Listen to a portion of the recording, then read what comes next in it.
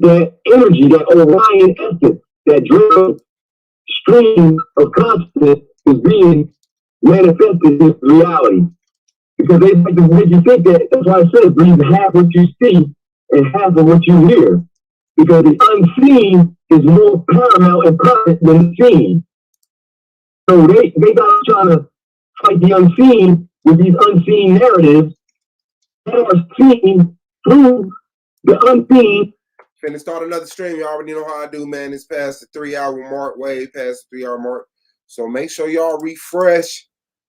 Come back. It's the Argument League, fam.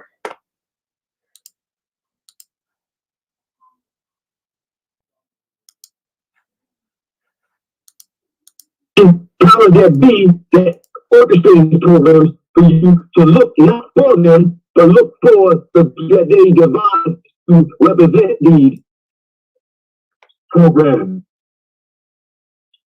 Easy. The man beyond the is not but the Wizard of Oz. The Draco behind the curtain. Then you got the 11, how like I said, human Aquarius, the invaders, the originals, they're like the aliens of us, meaning that they can detach, but they can also embrace abstract ideas, things that's unconventional, unpopular, and they can filter that, and they are the bully. They bully the bully. See, people think that Michael Jordan was bullied. No, Michael Jordan beat the bad boys, which was the bully, because he's Aquarius. He finally got him in 7th year. He bullied the bully in 7th year. He got them out of there. And then he further bullied the bully out there and didn't let him be on the Olympic team representing his American citizenship. Yeah, he did. He bullied the bully. A lot of people don't like Mike, but he's a manifestation of the program anyway. You know what I mean? A lot of Mike people have a very quality to them that is like beyond life. Because their name is Mike. It's like Mike. Michael. It's like God. I say it's like the guy. You're going to live outside the box. So Michael Jordan was Aquarius, but he was a Cancer rising too. I looked at it, I seen it, I was like, yeah, that's why he got those expressions on his face when he's playing ball and shit and all that stuff. Because another thing about Cancer is they wear their emotion on their face. You know, they say people wear their emotion on their sleeve. A Cancer wear, you could tell when a Cancer is sad, happy. They can't hide their shit. Whereas Aquarius can more so detach from it, where it's not hidden, not acknowledging it. A Sagittarius, they kill you and cry about shit. You know what I'm saying? That's just like DMX. They put some dirt out, put some truth out, and be feeling sentimental and feeling regret for the crap. So you know what I'm saying? I hope maybe his heart wasn't heavy when he transitioned out of reality. He ever did. His heart was light. It could have been a crop top, but I think his heart was heavy, man. You know what makes your heart heavy? The program's indoctrination of religion makes your heart heavy, man. Because you're going to be carrying around that as a filter in your lens of this paradigm of duality, where you cannot fight duality with negative or positivity. Because really positive, you don't need to fight with positive. If somebody's doing positive and you're doing positive, there's no fight. You're both good fit. When somebody's doing negative and negative, that means y'all disagree. And then when somebody's doing positive and negative, there's a conflict there too. Because the one that's doing negative intent, he don't give a damn you're doing positive for it, or the situation or the program, because their only program is the negative. That was their intent from the beginning. Like America, they're using it as a negative intent, but they know that the American concept of a country was set on the values and principles of positive. That's why you can have this debate with Yara and Chad, the brother Chad, with the Constitution written for us or not. You can have that because that's part of the program to make you say it all depends on where your perspective is. You know, they made it with black people, the programming, and us reinforcing with each other, like, I know American is and that. But you ain't gonna get nowhere in this country without acknowledging the American rights and the laws, the constitutional rights and laws. You're not gonna get nowhere without those. And that's a scary thing where all that ethnic groups that sustain and subscribe to American citizenship coming together as one, as we're Americans and we are the government. We are the Republicans. That's the scary stuff. So they'll give you religion time and time again in these different sects and these gangs and these groups. So you subscribe to and missing your political mark, because political means policy. So these policies that's prescribed to us will not be to our benefit because we are not in our proper status. And I ain't talking more as an American. That is what Malcolm X and Martin Luther King and Jesse Jackson and Al Sharpton are presenting us. That's why they call us African American. They didn't say African Israelite.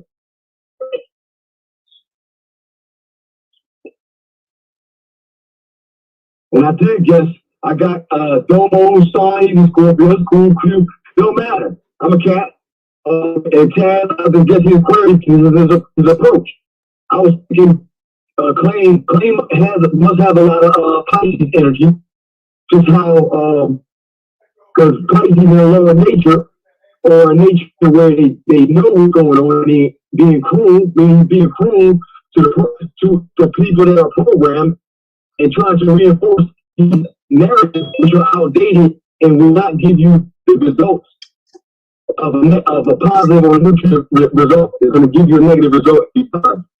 When I'm doing it, I was thinking doing Pisces, martyr, emotional shit.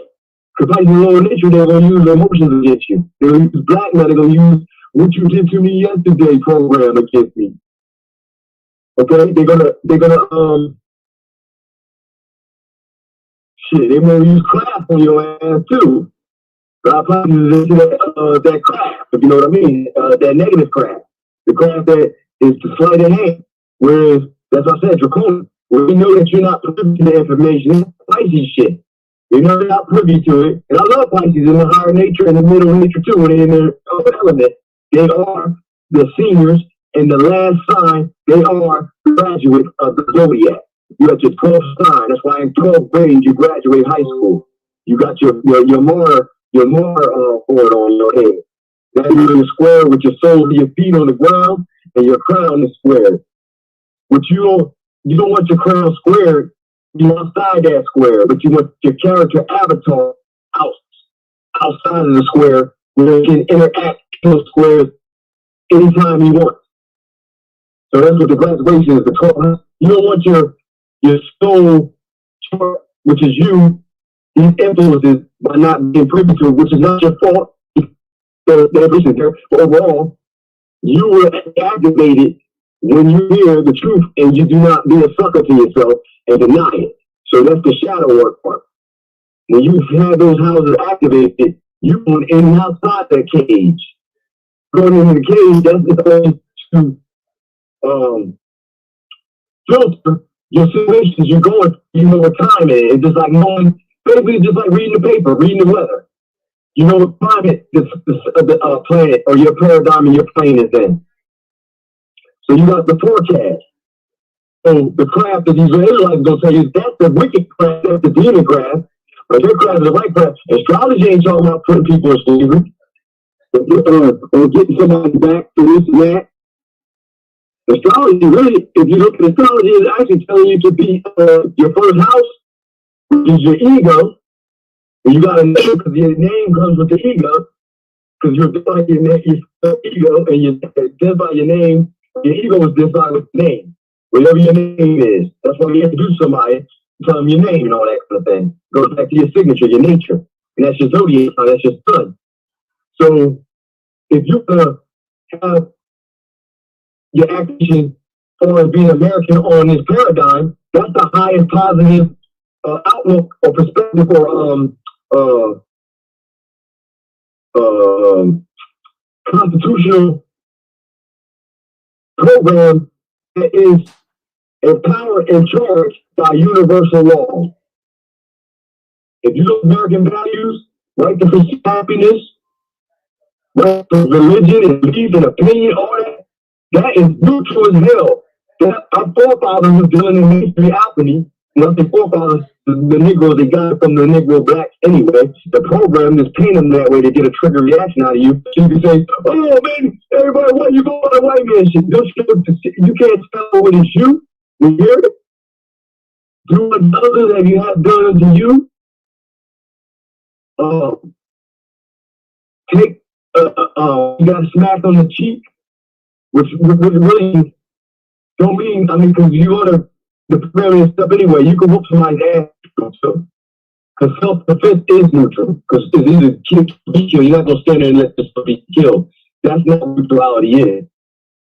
Neutrality is your attitude. You're killing that motherfucker that did an action, now you got a negative or positive reaction.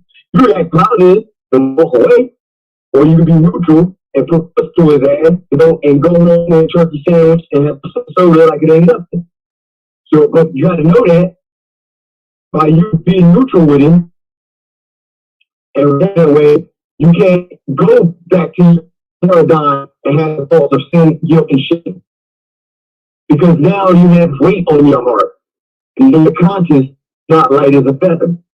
And light also means information. It's to know. So it's the informant or the knowing, which is you knowing yourself. Knowing that there is polarity, duality, and you have to come in the even.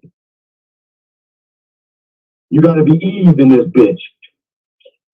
That's why they do Eve to this. Eve fell to the serpent. No, Eve got her astrological chart. She said, this is what the fuck is going on. And the guy said, now they know what that chart. They're going to be like us. Yeah, we're going to bust this matrix up. That's what they're mad about.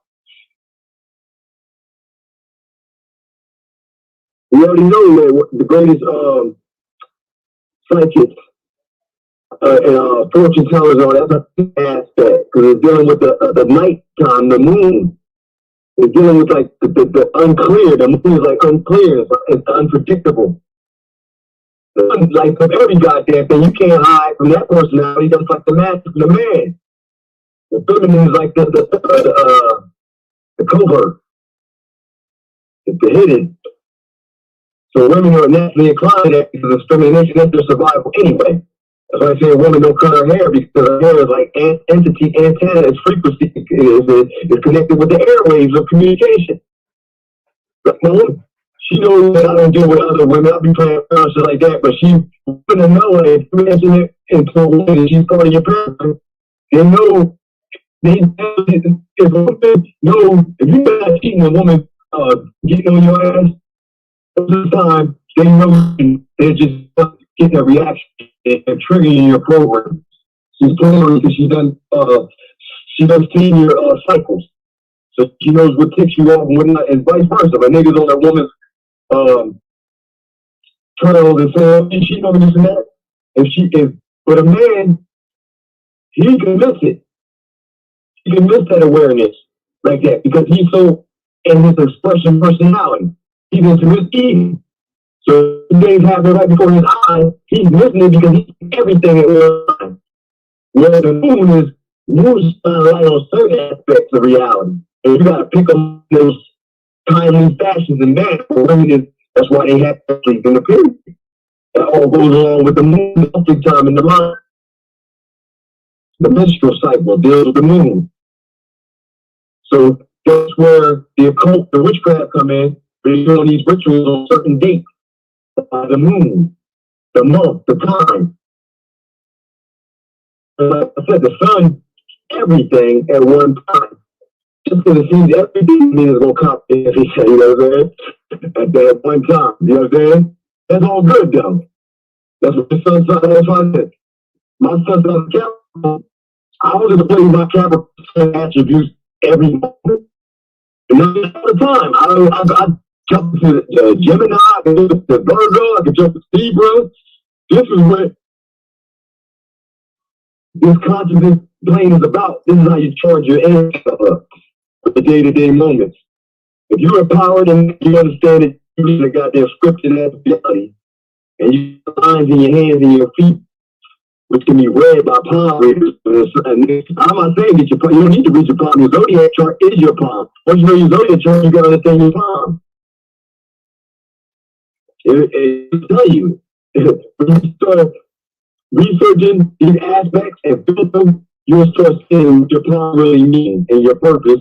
And you can live out it. You can notice that this is not the case. You can choose to follow that chart and modify it. You make it a good chart. You can turn your chart because your overall chart is born with a it is born with an N, and that we make it could present itself as a positive N or a negative N or a neutral N. You can live outside of that and transcend and never experience it. You'll just you don't even when you transcend or transition from this reality, you're not going to have no thought about what's going on down there. It's nothing down or no up, no right or left. You're going into another experience. And you're not going to experience these programs where Jesus sitting on the throne, the Buddha, none of them. These are all programs that you could have used for your attitude to a positive, negative, neutral aspect. These programs, or I guess it's their nature, are people and being reinforced with these draconian attitude people. That's what the ego is. Draconian is the unhealthy attitude of the ego. And neutral is the positive attitude of the ego. It's that you don't stop and harp on frivolous things and hold that in your light body, in your aura.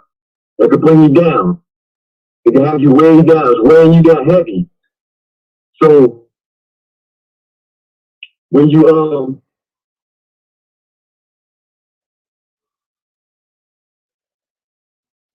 go with the I was gonna go to this finish up the Aquarius house, the 11th. Community, charity, humanitarian, stand up for the underdog, the small guy. Don't judge a book by its cover. Now, a problem with a charity is it can be too detached, it can be too detached where they can miss.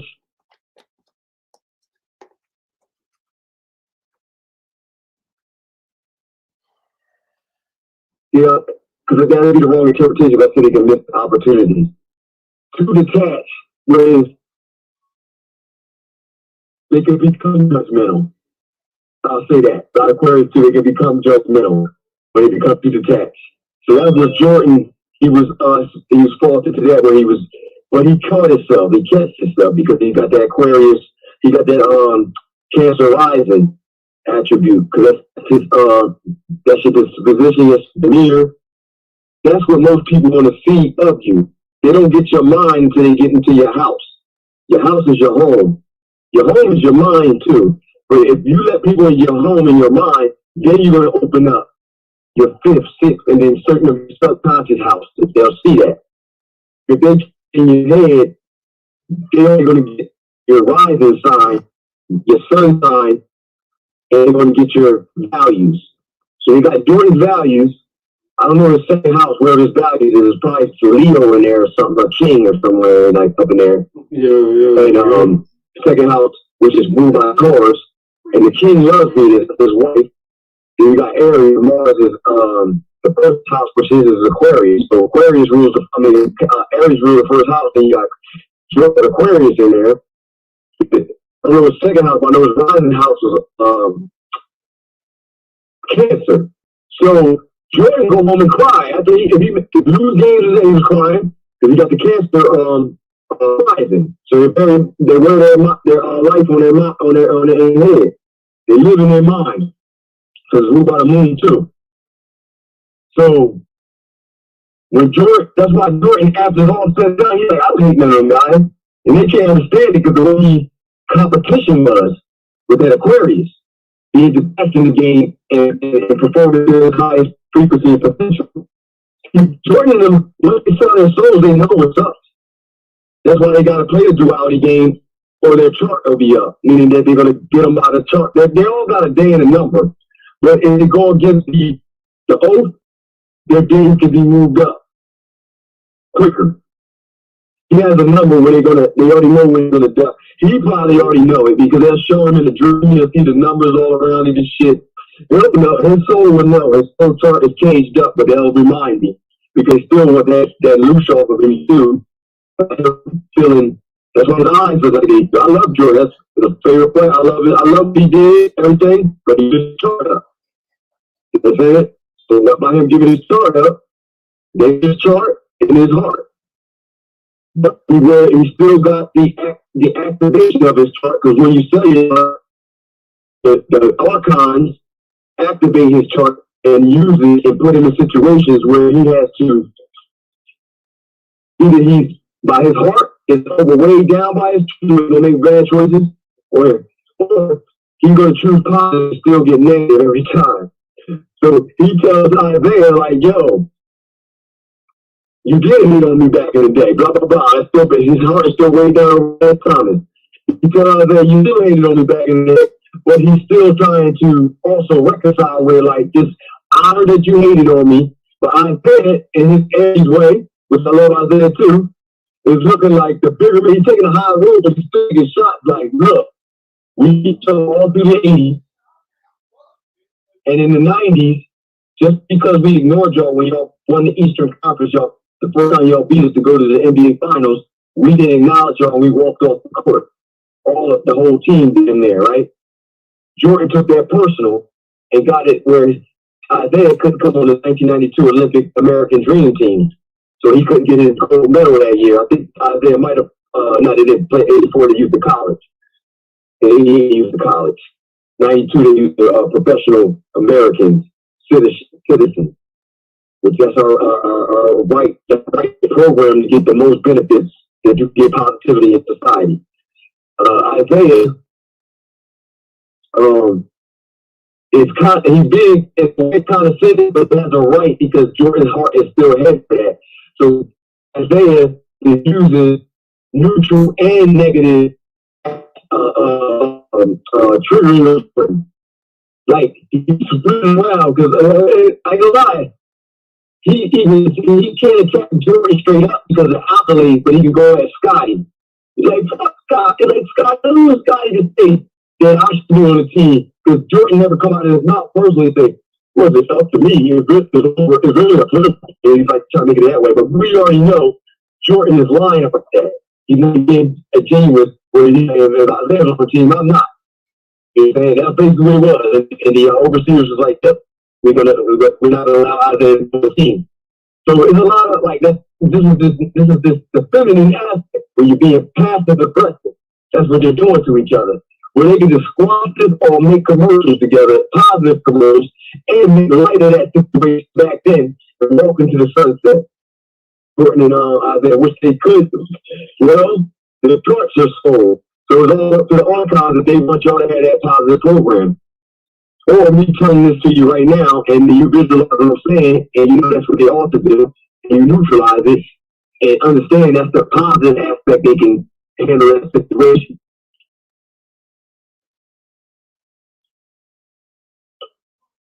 Jordan feels all that, because he's a Cancer rising. He feels all those comments, kind of criticism. No, man. You're doing good, big bro. Tell me, anybody still on the line? Yeah. We're clean, man. Man, good. Yeah, I'm just winging off the head tap, off the head. I'm just talking, I mean, when I say winging it, I'm letting them fly. I'm letting all the things, the streams that's coming to my mind, I'm letting them fly. All right. I'll give it to you. Okay, let's go. Let me see if I can pull up the screen. Yeah, I'm gonna learn this whole game too. I'd like to do the presentation thing so you can pull up information and share it with y'all. I'll get it down. It's my third time on the stream. Yeah, right there. Right now,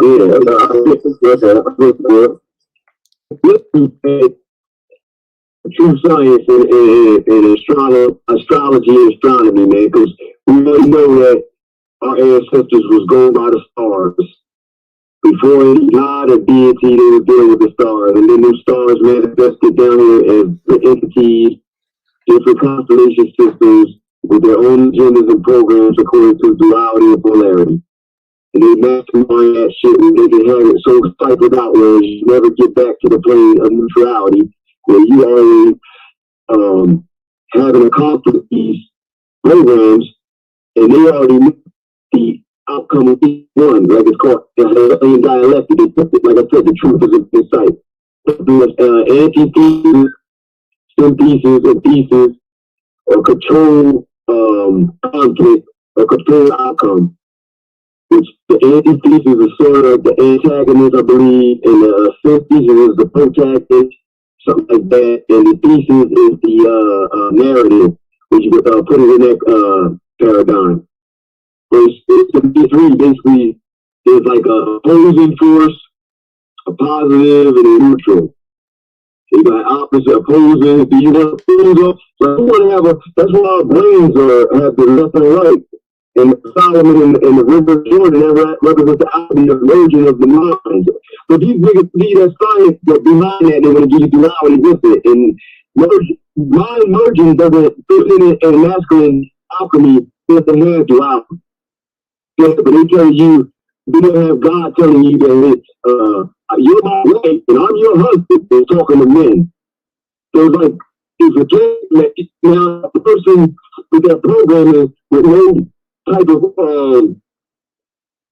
skill set or proper reasoning, they'll follow into that whole thing. Now you got new dresses on and robes, but they're men, but they wear a robe to honor God as the Father. Well, I mean, a robe is like a dress, right? Or a toga, or a dress, or with the choir. Because what does a woman do when she wants to urinate? She pulls up her skirt, and she sits down in your squat. A man usually has pants or breeches.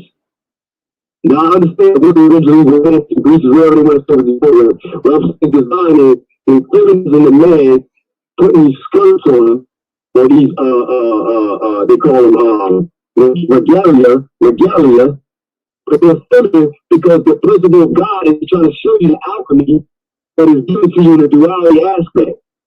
So God is telling you, you're my woman, but then you're man over your woman, which is fucking spiritual, but he has no wife. But the man is his wife. Like, you know what I mean? These programs, they're even designed to sound all brandish and preposterous for you to not even question them. Because it's too simple to see the reasoning of it as asinine that your mind, your person will actually make that shit make sense to you. That saying a man is a woman, whereas their God is married to them, and he's comparing his I ain't gonna say relation, but his chosen, or not even his chosen, he comparing his people as women, as a woman. So a man reading these narratives subconsciously, like I said, your 7 houses, your subconscious, and your believers on scale, subconsciously, he's going to look at himself as a root masculine to feed women in this society, but when it comes to a so-called use of God or God, you look at himself feminine aspect. You know what I'm saying? I get every, instead of alchemizing and saying that you and your woman is one, which they do put that in there, you say drop jewels, the man and woman together, one, to put on the one, the binary thing. No, you got this mediator dualistic polarity deity program devised to put these ideas and feminize men, but make them think that by doing killing and genocide, that's masculine. These wars with swords, and it goes back to astrology, the age with the Aries, with the lamp and Mars, and dealing with those wars, dealing with all that Israelite Egyptian war stuff, which they try to make that to the mind too, ultimately too, because these programs are layered that way, they're very subtle, where they pop you up, where you end up choosing a side to the negative positive, and you have to know the results, instead of having a neutral approach, or the positive approach, knowing that you're going to get negative results by behavior and entertaining society to these concepts. But like I said, is God or this mass patriarch deity is making these programs, not making them, is divided, because that's the cause of action. That's why you got priests that look a little bit, because God says, suffer little children to come to me. And you got programs that already operate in defensiveness, and that's how they harvest you. They're going to program you, and then when these rituals, by misinterpreting or having negative intent, reading these narratives, when it says suffer little children come to me, you think that means for a little boy to sit on the Pope's lap, or have an altar there, or have what's that giant, the Greek, Alexander the Great, a boy slave, but keep it covered because it's ruled by the woman, how the church is, because what's the woman is about subtlety, about the moon, the darkness is unclear, duality. Why is that? Because it's even. Because you can see the positive part of it. Suffer little children. A child can't take care of itself. A child needs guidance. A child needs shelter. Someone to provide these things for them, just because nothing only these values and foundations for its own existence. That during that time, they need to be nurtured by the woman. He will take that nutrient and corrupt it and pervert it and put these programs out there to trigger negative aspects and keep you guessing and confused. So now you try to trigger, you think this is that. Now you are invested emotionally into it because you're like, we already, like I said, we're cold. So we're naturally warm-hearted, positive beings. So we put ourselves like this nature of this duality game up again. We put ourselves in the shoes and how we vibrate positive because we want it to happen to us. We don't want to experience that, so why do we want someone else to experience that? It means love thy enemy. It means that you don't want your enemy to experience what you experience. It doesn't mean to love them and do all these positive things. No one's trying to kill you like that. If you do those things, you got to expect that anyway because you're dealing with the negative. Negating. They're trying to take away. They're trying to confuse. They're trying to add and take away. Add things that are going to take away and take away things that add. And confusion. That's what it is. That's what the program is designed. See, I don't like the big word because it's good thing saying these are programs, these are concepts, these are norms or social narrative norms that people contemplate and meditate on daily, or even filter their reality and their actions through them. I'm not helping out. I'm not doing it. Whatever the case may be, like the choices are based upon the narrative and the interpretation of the programs that were negative and designed to mainstream their dogma on the platform, whereas it's socially accepted as truths. So socially accepted as truths that God is married to a landmass or a people or a man that had stepchildren. If you go back 100,000 years, they got a zodiac sign 12.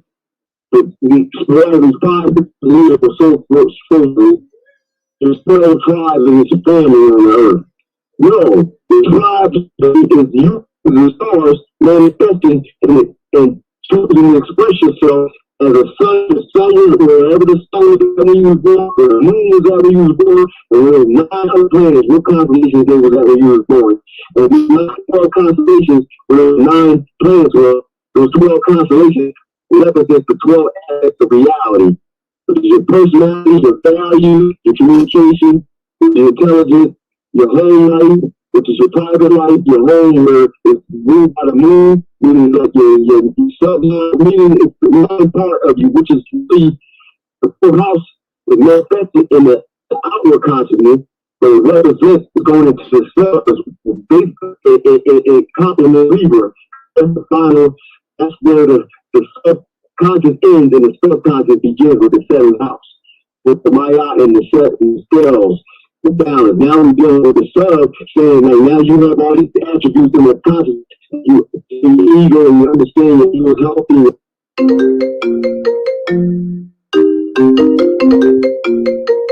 about communication in your home, which is your dome, your mind.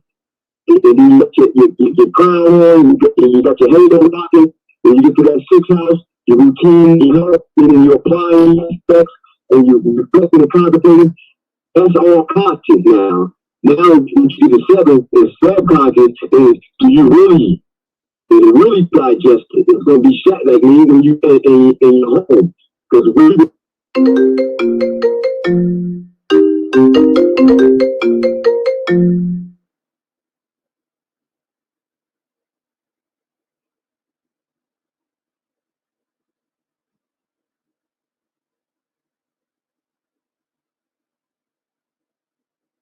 rules, partnership, marriage, relationships, which deals with house in the home. Like I said, the fourth house of Cancer, you got 60 degrees between Libra. It's 30 with Leo, and then another 30 with Virgo, which is a sign. So you got the fourth house, and once you get to the 90 degrees, which they are square to each other. But squares in reality is actually a neutral thing. Like I said, Jada Kiss and Styles P, they neutralize the houses. They're two sun signs that are opposed to each other. If Gemini is the third sign, Sagittarius is the ninth sign. Jay-Z and Kanye do where it doesn't work out. I know Jay-Z, he was on the lower plane of Sag. Because DMX, if he was in that position, but DMX is Sag, and our Sag is like this in their own element. This is their son. They can tell if they like a person or don't like them within 10 minutes. They just get and they don't know why they don't know. It's just that's that philosophy, Jupiter expansion energy in them.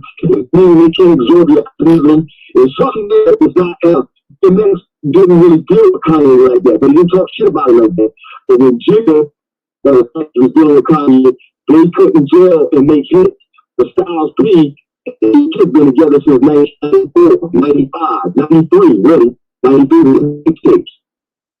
And the nation was all around. But I'm saying, why? Because even though you look at them promoting negative messages, overall, in their higher nature, they're not.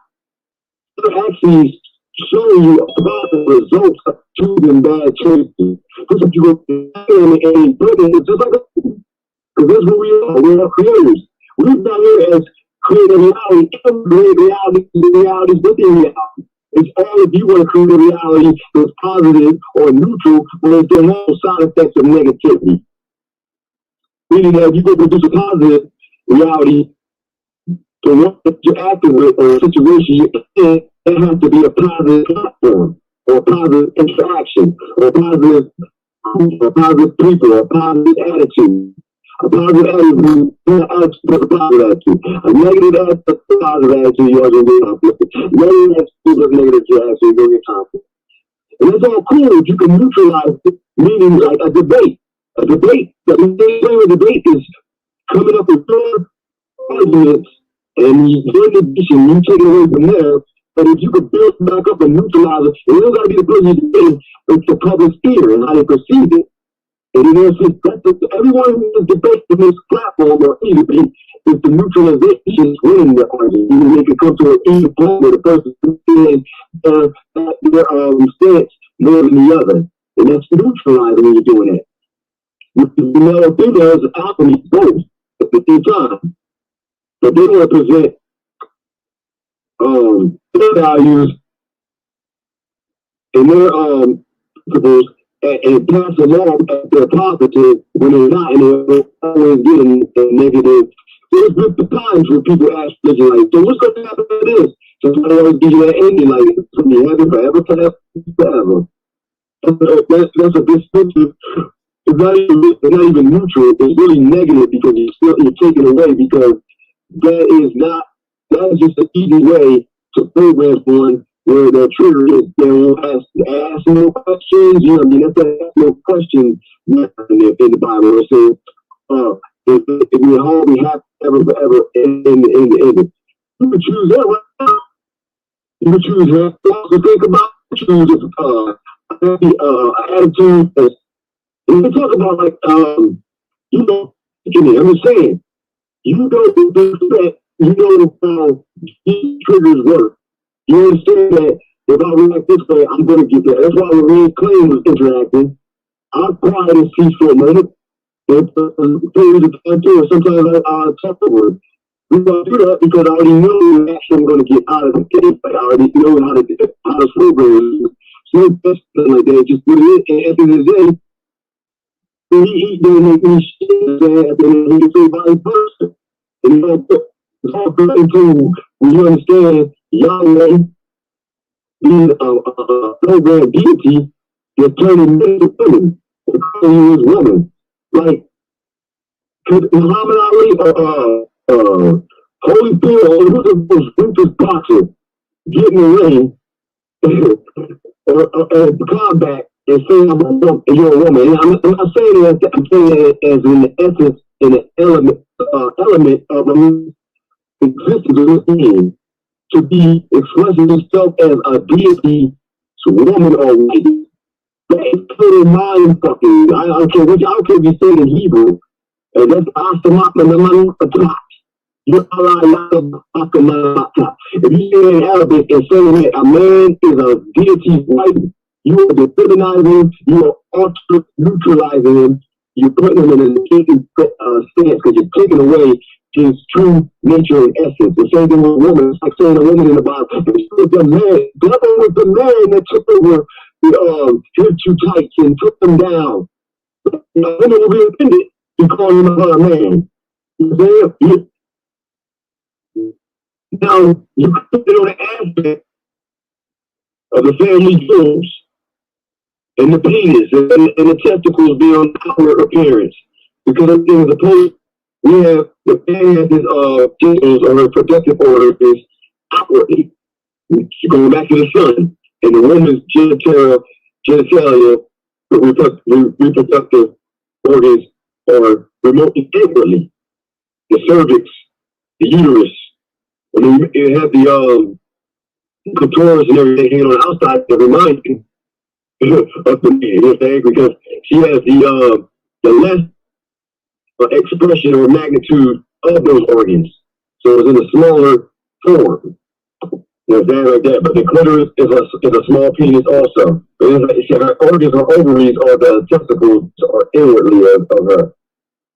So Yahweh, these programs, which are negative, deviant by design, through the programmers, the past programmers, because they all the Roman, ate up all the Greek, ate up all the Egyptians, Sumerian, all these programs, these programs be ate up and passed down throughout the ages after the reset they discover. Because we reset this, the plane of this reset when the souls like us is on a lower attitude. If we're in a dire, straight despair, tornadoes, all that shit, that New Orleans, Katrina, I know that's Brother Swallow's wife's name now, but for example, that her Katrina shit, that's this, man. Because the weather, we control it as well as the programs we design to control the weather. You control it with your attitude and your feelings. There's times where it don't even rain, man. You just like, I don't want it to rain. Like, it feels like it's rain. You hold on rain. So drive it to your emotional content. And if you do enough, even if it does rain, you understand it's going to rain sometimes. And we need the rain for days. So that rain has to come down. It's like Jesus on the ship with the thoughts, the 11 thoughts of his disciples.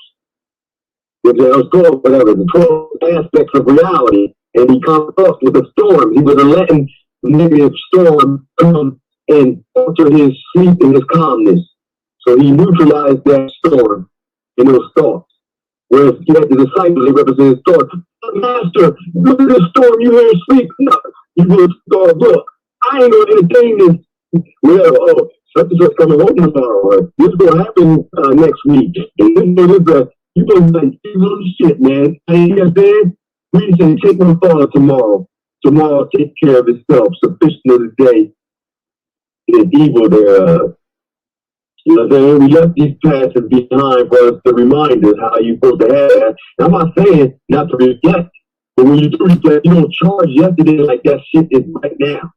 You look at it and you see the synchronicities or anything that you can take from it, neutralize it or positive it, make it positive. If it becomes negative, now it's weight on your consciousness. Then you can actually prepare for the future because each scripture making each moment is going to keep manifesting you to the highest potential that you want to desire before. But you'll know that you're true when you know you're true, or you know yourself. You know you got everything you need at that moment. So it's really like when you come into higher kinds of plane, you don't even need nothing anyway. You got everything because everything's already drawn to your nature, your signature on it, your signature magnetic aura still on plane. Your physical magnetic aura field ain't nothing but light being decoded. As I said, you're on a higher frequency plane, you're never gonna see death. That's what Jesus was about. Ain't nobody gets nobody does. You go these programs anyway. So the people that you transition from this plane of consciousness, if you ain't got no attachment to it, the people that you're not attached to will not feel the impact of your missing as much as if you was attached to these values and systems. And, oh, my children, no, raise the children up. We love this and that. But you're not supposed to be attached to duality forms of social norms and these conflicts that they present us to eat up and emotionalize and destabilize our emotional content in moment-to-moment experiences. That's all. That's how that shit works, bro. So ask me a question if you can.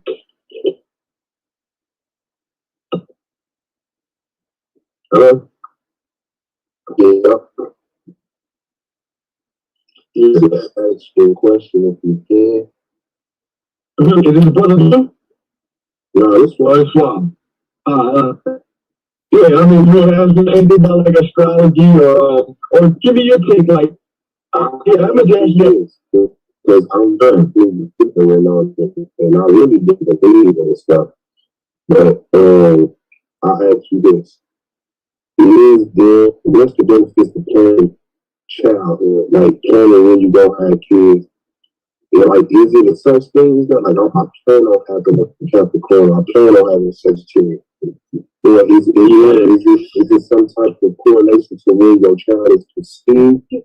As much as your child is born, like if I'm conceived, because that's what I'm saying. Is it when you're made conceived, or is it when you're born? Because if you're born in December, you're a Sagittarius, that doesn't mean shit. If you're conceived in December, that to me, that means because that's the thing that you come through the constellation, and, you know what I'm saying, energy. Born during that constellation. Can you hear me, Swab? The conception, you always be conception. You always be conceptualized. When you're born is your natal. It's where the time and place and alignment of the stars is influenced in magnitude, trait, and tendencies placed on your astrological chart, which is a scripted. So it's not when you was conceived, it's when you was born. Now, the young lady, remember the other night she was on, and she was talking about how she was a premature most early, and I gave her the Allen Iverson 3. That's how you take it interpret. You don't have to understand. This is how I see the reality. How I can see it. How it's true got the big 3. He's going June 15th. He's July. Chris got the duality. What is it called? Master type. Master type. You know what I'm saying? Emerging the alchemy, showing you how the Gemini is masculine and feminine, and they got a deep ass voice, but he's running around like the feminine clothes. But you can see falsetto on the false. You hear me? Hello? So, yeah, you asked about the conception. No, it's more so about with the programming, it's more so about when you was born. Now,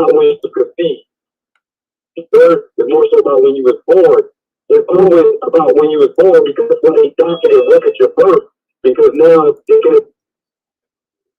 Damn, Domo on the building, man. What's good, man? What's good, bro? Man, same shit. Welcome to the Argument League, fam. Welcome back to the Argument League. Yeah, bro. Hey, man. Shit, it's a wild. Yeah, man. Yeah, It's what's good with you, man? How the family doing? We good. We big kicking. Getting shit done around the crib, you know how that shit go. Right. But man, these niggas is really bitch made. I swear, bro. Like for real, bitch made, bro. Like niggas dead at like fuck the fact that niggas, you know what I'm saying, have been over here, been allowed, like Soda gave a niggas a platform because they channels ain't popular like that. You feel me? Only time these niggas get views on their shit is when they shutting down SVDL like a motherfucker. Yeah, bro. But you know what? I'm gonna say this though. All the niggas that's running over there, that's fucking with the niggas, that's sucking dick for what they doing, after this niggas is dead, the whole shit, bro, like they need to be blocked from SVDL. We don't want to see you niggas in the chat, bro. Who was it? I went over there to say welcome back to the Argument League and shit. I knew he was finna block me as soon as I said something. I ain't seen no. I saw nails. You know what I'm saying? And I mean, but you got Big O, you got Afro Age, or not Afro Age, you got it was like indigenous. You feel me? Even that nigga Strap, bro. I'm like, yeah, y'all niggas is really wicked. It's like for real. Oh, Strap was over there? I'm like, a nigga at first, he blocked the channel, right? Or he get the shit struck. And then brags about striking and shit. And then niggas is sitting over there like, oh yeah, like all this did is solidify it. Like for real, like, it ain't SDBL, I ain't fucking. I'm not, cause like y'all niggas is like for real, just bitch like niggas is real, bitch like we don't get it back cracking. It's only it's a minor setback for the major comeback. But yeah. The fact that shit niggas think that it's like okay. Like, niggas think shit free. Shit, yeah, buddy. Niggas will be back once that shit get back cracking. You know what I'm saying? Chris can only talk about the bike. And that's the fucking thing about it. These bitch ass niggas complain about what niggas is doing on SVDL just to go on their channel to do the same shit. Just to go on their channel to do the same shit. Like this nigga Chris can't talk about nothing. Like Chris and Lex can't talk about shit but the Bibles. And so they shitted on SVDL, got SVDL fucked up, so they could get niggas over there to listen to them talk about the fucking Bible. The same fucking talking points them niggas been doing on SVDL for the last 2 fucking seasons. The reason why them niggas became relevant. The reason why them niggas became uninterested. Why niggas stopped giving a fuck about them. Damn. So best believe. All them niggas that's over there that's sucking dick. I'm not gonna forget. I ain't gonna hate. I mean, do your thing. Fuck with who you fuck with. Fuck with who you fuck with. But I just can't reward like bitch shit. You know what I'm saying? And the crazy thing about it, he did it to please Lex. That's it. Damn. He did it to please Lex, to get on Lex's good side. It was a sacrificial. I mean, you know, like on 300. Yeah. When the humpback nigga felt sperm, he went to what's that nigga name? Darius. Not Darius. You know what I'm talking about? Person. The nigga, the bad dude from 300. Sold niggas out. Anybody that's saying 300 knows what I'm talking about. Sold niggas up. That's what it is, man. After because he couldn't just quit and just leave, bro. Of course not. A nigga could just be like, yo, I'm done with it. I'm cool. A nigga could just quit and leave. Gotta pull some whole shit to come back just to create more controversy. And then, as an additional, fuck you, the bitch ass nigga gets the channel. The backup channel line. Yeah, do I think that he would have got the main channel, like if he would have got the SVDL channel struck? I don't know. I can't say that. Possibility that the nigga that he felt extra inclined because it was the backup channel. And it's not where the debates and shit was taking place. But beside that, regardless of that, this was still some whole ass nigga shit. Undoubtedly. Like you couldn't get more bitch made than this shit, for real, for real. And anybody applauding that shit, anybody think that shit cool, anybody sitting around like sitting over there with it, like nigga, fuck a big old, you know what I'm saying? I ain't making lists, I ain't gonna lie. But I know who it was, goddammit. Yeah, but Judge fucking Afro-Asiatic nigga. Fucking all of them niggas, bro. Judge Strap was over there? Judge Strap was over there. Judge, you know what I'm saying? Like, but you know, Strap never fuck with the league like that anyway, bro. Like, that nigga, he just wanted to, I mean, them niggas didn't take it serious. That's the thing. Them niggas didn't take it serious. And so, they was already like, I mean, that's it really don't make a difference to them because they ain't really putting no energy on the shit. They show up, you know what I mean, talk their little shit, they able to get their shit off and then go back to their own shit. They ain't trying to build nothing. And since they not trying to build nothing, they don't give a fuck when niggas do whole shit. Like even Chris ain't got no respect for himself. The amount of times that Lex disrespected that nigga completely. But it's certain shit where it's like if a nigga do that shit one time, bro, like I mean we may not always have static, but I can't fuck with you. I'm not gonna put myself back in that position. Yeah, like I can't fuck with you though. And that's exactly what the fuck we at. This nigga really wanted to get on Lex's good side and was like, I'm gonna beef with Solar. Let me start beef with Solar and then I'm gonna get their eternal flag. I would say niggas really got some dirt on niggas, bro. I think they know shit about each other. Yeah, I mean they do. Cause I mean that's the thing. You see how Lex already tried to steal the beans. You know what I'm saying? When Lex was doing that, the weirdo shit that he was doing, and Solar was rigging debates and all that other goofy ass shit. So like, yeah, like they be. I mean, but you know how the niggas do. Like that's why, bro. Like the amount of times that Chris didn't call me, bro.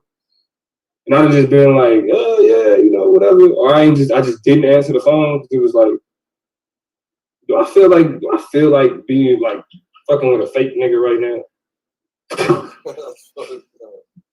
For real. That nigga called me, I had the nigga on the how the shit play in the car, I had the nigga on the Bluetooth. And my wife was like, yeah, I got the phone and then she was like, who was that? I'm just like, this weirdo nigga. It's a weirdo nigga. You feel me? That shit crazy.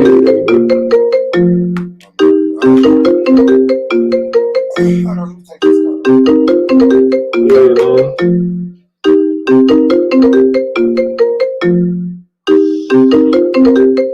See, yeah, this what we at for the time being. Over here, we taking it back to the argument league for the time being. So niggas wanna fuck up both channels.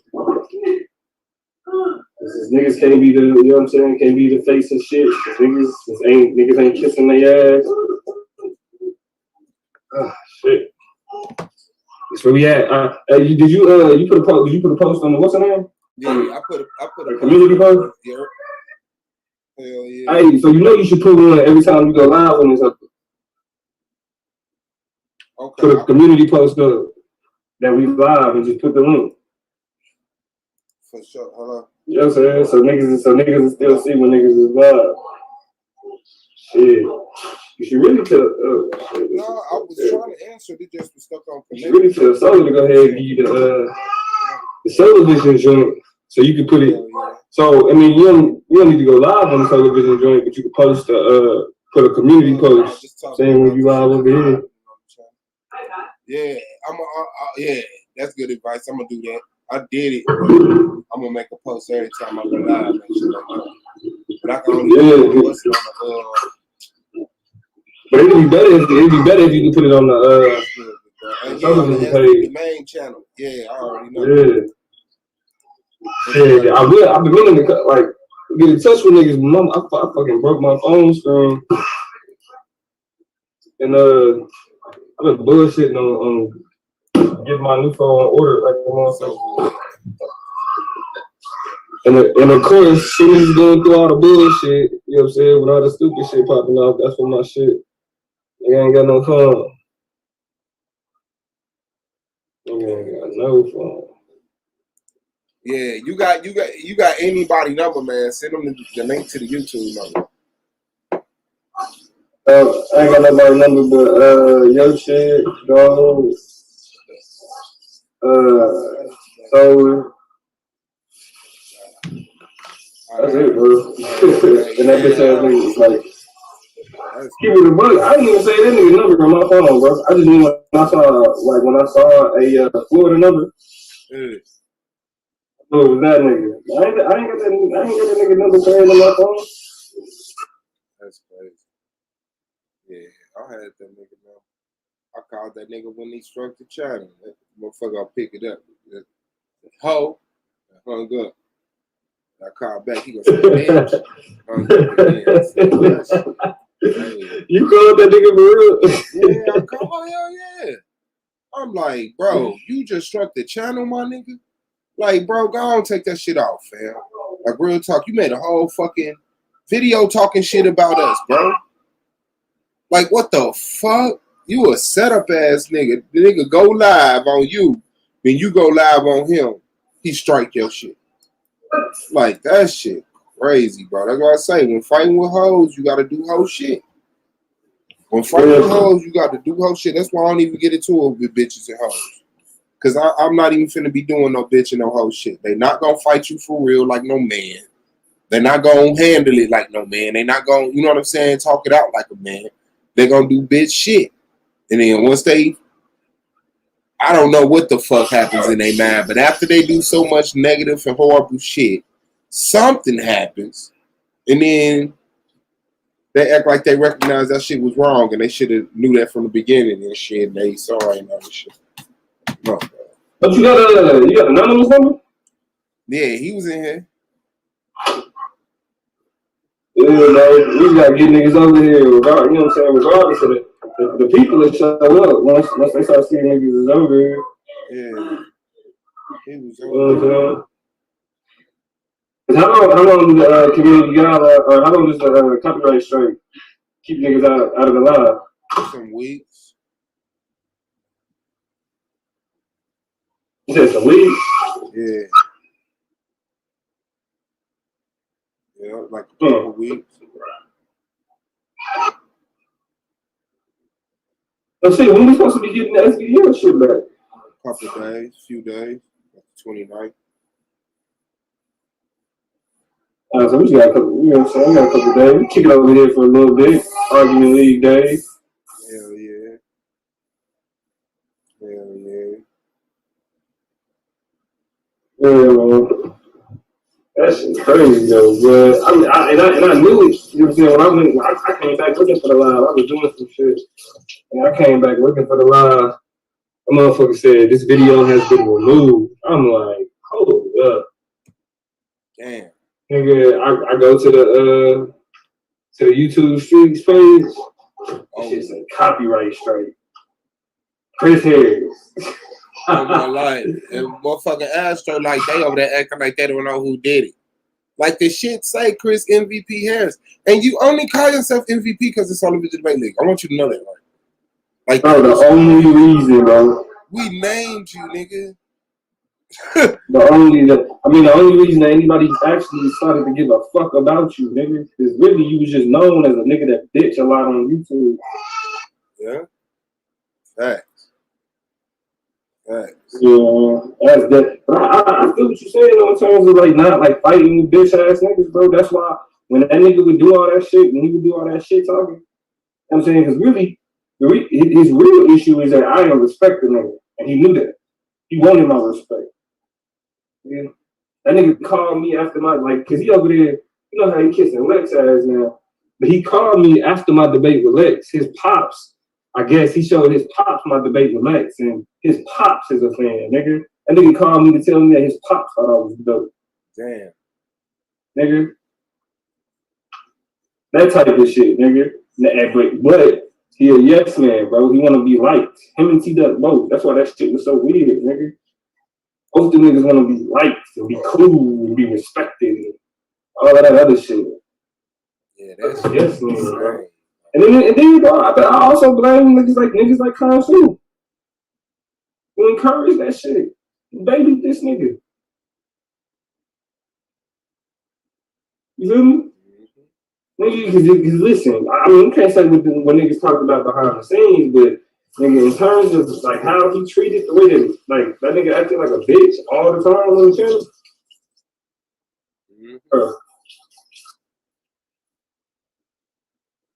You feel me? Yeah. Like that's really like nigga, out of all the whole shit that nigga would do, that nigga never, ever would be like, nah, Chris. Like that shit ain't cool, Chris. You feel me? Never. It's like all of them do the same thing, bro. They sit and shit on the league, nigga, and then sit over there and then use the league as a way for niggas to be like, yeah, you know, I'm this. Like the nigga, like constantly love being judged, but when it comes to the one nigga that's always out of pocket, you feel me? I mean, now maybe they didn't have words behind the scenes. Like I said, who knows? I can't speak to his country talk, like private conversation. Mm-hmm. But it's like, nigga, bro, like niggas act like they fuck with the shit that they don't, bro. They just need something to do. They bored. They use it for what it is. They use it to get over their boredom. That's why they go from, you know what I'm saying, one channel to the next channel, 1 minute. Like a nigga like Kofi Hill. Kofi will sit over there with Rob and Rob and all them niggas and talk shit on the channel. Mm-hmm. Talk bad about the motherfucking channel. But then be in the chat talking about who's the real champion and who ain't. Boy, y'all niggas, listen. Finicky, fake, you feel me? Bullshit ass niggas, hoe ass niggas. Shit, bro, that's the problem. Like, and this, if anything, I say to the nigga solely, bro, like, it's like, shit, nigga, we gotta do a better job of, like, nigga, we can't blame solely, but when you constantly giving niggas clout, and when you constantly giving niggas the opportunity to kind of showcase themselves, you feel me? But like, it's the wrong niggas. It's just the wrong niggas. Yeah, I ain't put no blame on Solid, bro. You already know. And I think if he didn't know that, I think he know that now. But you know, you gotta always, you know how Solid is. He gonna let you get 3-4 licks because when he hit you back, it's to you know, fatally injure you and shit. Taz back in the building, yeah, but. He said he had. They got us, bro. The silver lining. The bitch ass nigga got us. And look, every time they get his money. Yo, that nigga $50. That's fucked up. That's fucked up. Yeah. Niggas gotta start getting mentally frisked at the SVDL door. Yeah, he said he glad, you know, he see the silver lining. He glad it happened like that because he learned it. He's learned. He said he glad that the motherfucking line has been drawn. You know what I'm saying? And he was like, cause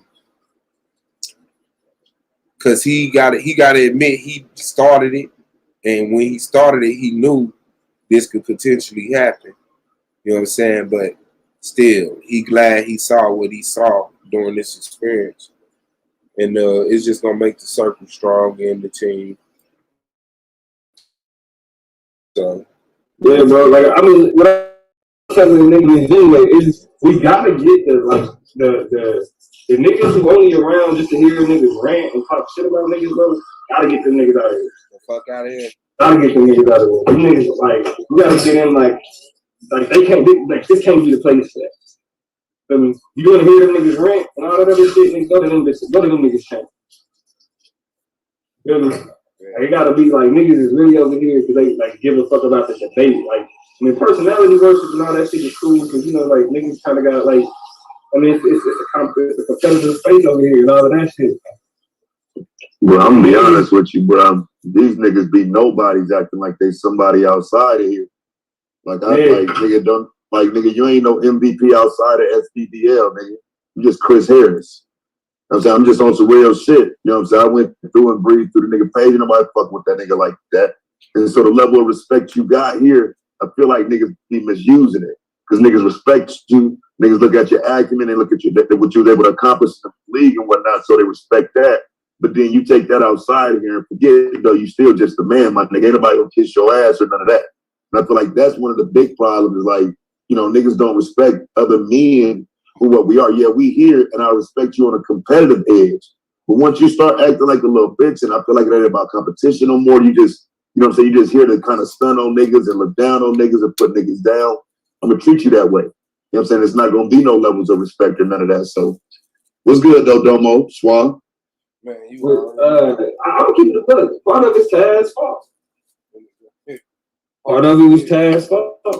I think everybody. Oh yeah, blame Taz. I think everybody. I mean, well, first, I think it was like first it was me. You feel me? Like shit. Even because like even after Chris won the championship, niggas was like Damo's still the best nigga in the league. Even after that nigga won the championship, all season niggas were saying that. The reason why that nigga threw them trophies away and shit, because being a triple crown don't mean shit no more. So I'm about to get 5 of them bitches. Facts. That nigga that's really all it was. It's obvious. You know what I'm saying? And then for the nigga to sit around and say, that's oh, y'all niggas just, all they do is sit over there and just be talking like they on the phone with friends. When he's sitting over there with Rob, what are they doing? The niggas just did a whole stream where they was doing that same shit. He wasn't getting the attention. He didn't have the clout. Nobody respected him like that. Period. Niggas knew. Come on now. Like you got a nigga like me, who he can't talk that intellectual shit with me. He can't talk that college shit with me, and he can't talk the debate shit with me. Then you got somebody like Taz, who got a whole fucking channel and a whole fucking platform. You definitely not gonna talk that shit to him. What you gonna do? Ain't nobody calling like niggas. Yeah, you the champion for now, nigga. That shit don't mean shit to niggas. It's really like, nah, nigga, you about to come up off that. You know what I'm saying? Like that don't mean shit to niggas. It's like, yeah, you about to like it was cool. Like you was that when you was that. But now it's time to come up off that. Or show me you really that. You know what I'm saying? Or show me you really that. Nigga. It ain't just it just ain't no giving. You know, like you say, it's time to come up off of it, or show me, you know what I'm saying, you still got it. But see, that's what I'm saying. I knew he didn't have it, bro. It's like once the conversation shifted away from Bible shit, once the conversation shifted away from, all right, now we ain't talking about, I mean, he got all the stupid Bible debates out the way, going into the playoffs. Well, nobody about to debate him on any of that silly ass shit. Nigga, you got real shit you got to debate about that. Once he realized that shit, he was like, yeah, nah, I can't rock with him. Because we see how when he stepped outside of the Bible, the only debate where he stepped, well, it was 2. The 2 debates where he stepped outside of the Bible, both of them was trash. The one against Blue and the one against Svdl. And he lost the one against Svdl. That's why that nigga knew, was like, yeah, I ain't got it. Wait, wait. So all the years, most of the debates was Bible joints? All the debates was Bible joints, girl. No. All the debates. Yeah, see that is a red flag. Yeah, that's a red flag, man. To be honest with you, bro, like it do seem like the league is going in a different direction.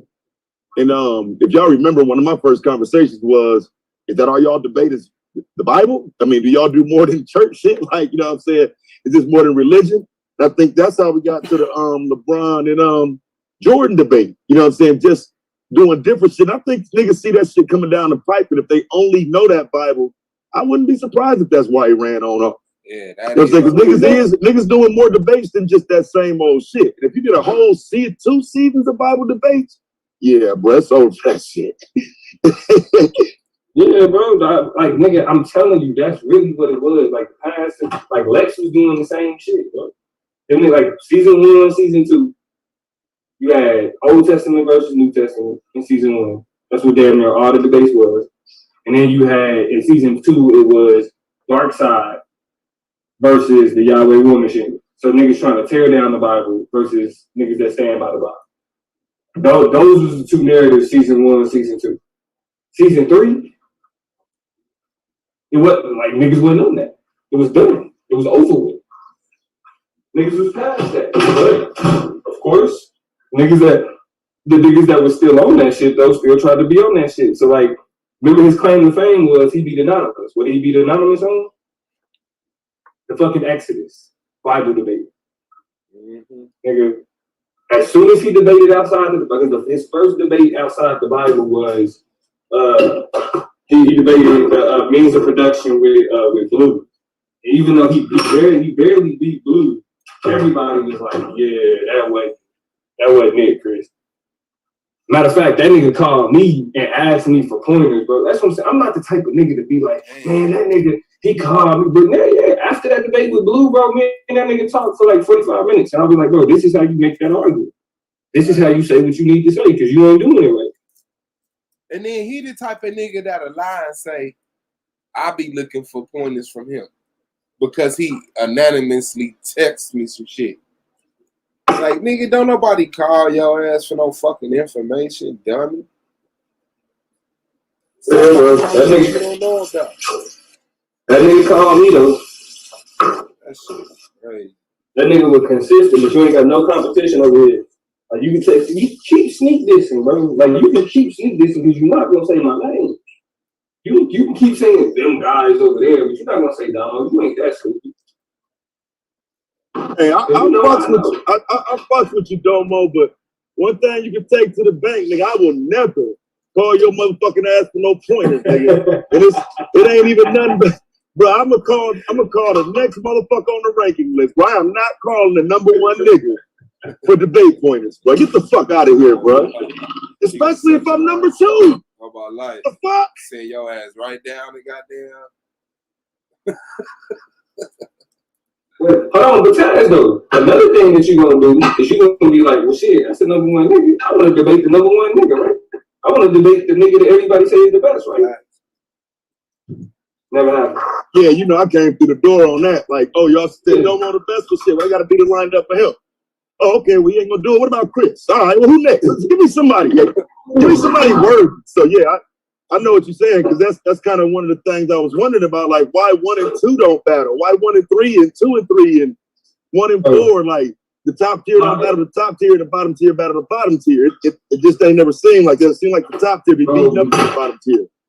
Oh, because the top tier niggas would never be like me, nigga. I'm taking all comers, bro. Like, get my 8 on for who you are. I know you act like that, but Chris, to get my 8, like nigga, I wasn't giving a fuck. Like, who another top debater that won't debate the top debater? Like, he the only nigga, bro. Hal will, Anonymous will, you will, Taz will. Shit. Yeah. I mean, shit. Because, like, I mean, the only reason, like, I wanted to debate Iron Pooh, nigga, I wanted to debate a lot of niggas, but a lot of niggas was just like, nah, I'm cool on it. You get me? So, shit, niggas just got the competition that they got. And really, me, I debated everybody that called me out this season except Tita got a debate. You know what I'm saying? Everybody that was like that, you know what I mean? But this nigga, bro, this nigga want to brag about beating up on fucking, and then have the nerve to talk about my schedule. What was it? And I mean, and look, and I'm putting it out there, bro. The reason why the nigga really kind of started falling back is because I was not engaging that nigga, bro. Remember, Taz was there. Taz heard the recording, bro. Solar had sent me that shit like a month ago before everybody else heard it. He was like, "Yeah, this is what that nigga was saying about you." I told him I was recording. This nigga calling Solar, "I'ma be the MVP. I'ma be the MVP." Nah, he ain't gonna get it. Look at his record. Look at this. Man, I'm the best. I'm this. Taz heard that shit. Niggas heard that shit. In the whole promo joint when the nigga was talking reckless. I was trying to blame his Hebrew. That nigga was talking cash shit. That nigga was trying to anonymous Hebrew. It's like I say, man, I'm cool with that spirit, man. But if you quit or if you start complaining, bro, all that shit go out the window, and I start looking at that shit like you're a fucking crybaby. You ain't never deserved none of that shit you ever won. That's just how I look at it, bro. I'm gonna keep it a buck. The nigga lost the swap. And it ain't even like I'm saying that because he did some hoe shit and I'm like, you know what I mean, we going in. I voted for Suave in that debate. Nigga. I'd like Suave literally beat that nigga because his debate was fucking trash. His arguments was all over the place. You know what I'm saying? He was stuck on some non-sequitur shit. And I just remember thinking like, yo, these niggas are gonna be mad at me, but this nigga lost this debate. Period. Now I did think he beat Yara.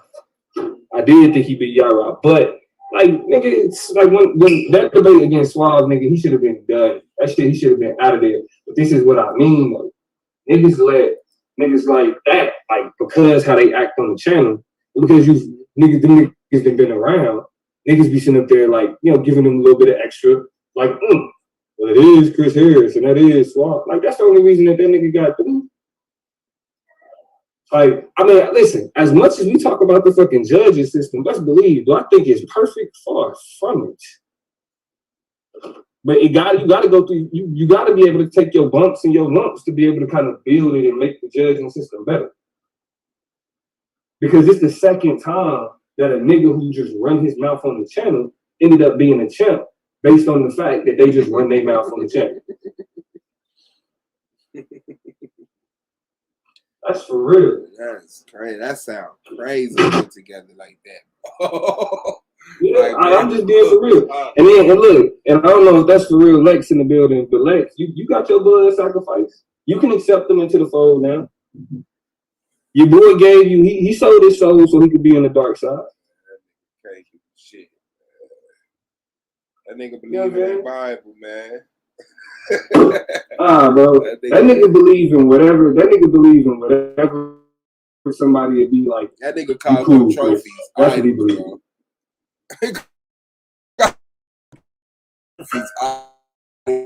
Bro.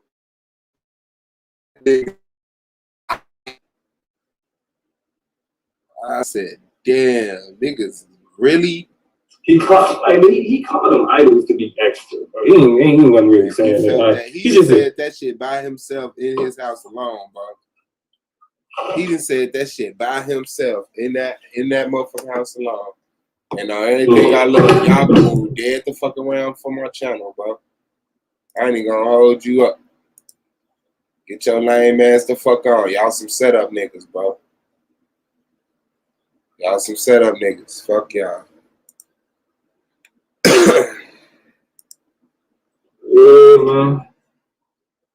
Yeah, man. Shout out to SVDL. It's just the minor setback to the major comeback. Shout out to Lil Kiki. You already know. Shit. Playoffs still popping out. This it's still coming. Ass show your ass fake. Look, they get mad at the motherfucking chat rats and shit.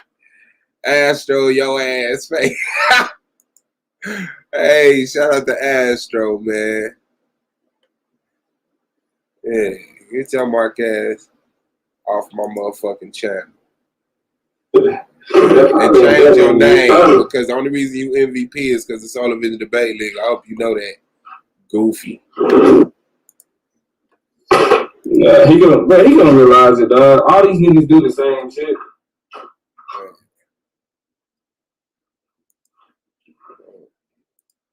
All these niggas do the same shit. They shit on the channel. Then they be like, I'm going to do this. I'm going to do all these great things on my own channel. I mean, none of that shit gonna pop up. Following us and shit. What y'all on? What y'all about to do? Right. You feel me? That's why Alex looking for a home now. That's why he just whoever, you know what I'm saying? Whoever talking shit about solo is, I'll be over there. Go over on your fitness channel and battle rap. You goofy ass. Right. Go on your fitness network and battle rap, nigga. You confused, motherfucker. That's real, sad, bro. That's weirdo, man. I promise y'all deserve all that shit. I don't give a fuck. Fuck them. That's weirdo shit for real. Shit, man. But shit, I'm gonna check back in with y'all niggas. Shit, I'm gonna be on some business, but I'm gonna holler at y'all. Alright, for sure, man. We posted up, big bro. I'll probably Yeah. another 2 hours, hour and a half, some shit like that. Yeah, I'll be back. Alright, for sure. And niggas is really some motherfucker. Yeah, Malik, you took the I swear, hell no. Niggas put their ass up over here and type something in the chat. Nigga, if you get your fake and fraudulent, scary, goofy, coward, one trick pony ass the fuck out of here. Nigga, you ain't got no goddamn that base skills, nigga.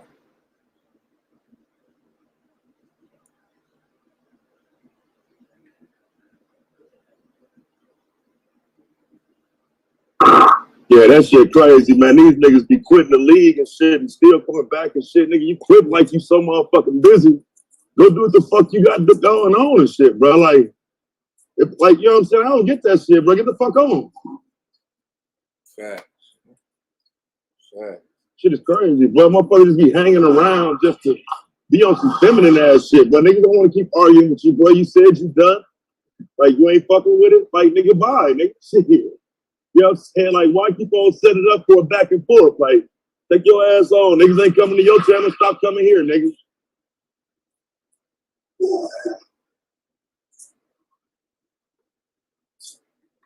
No. I hope y'all see that, man. That nigga said, Astro. Astro, you fake. Yeah, but nigga said they came in a couple. Yeah, they came over here to gather. Came over here to gather, bro. Like, that was cute.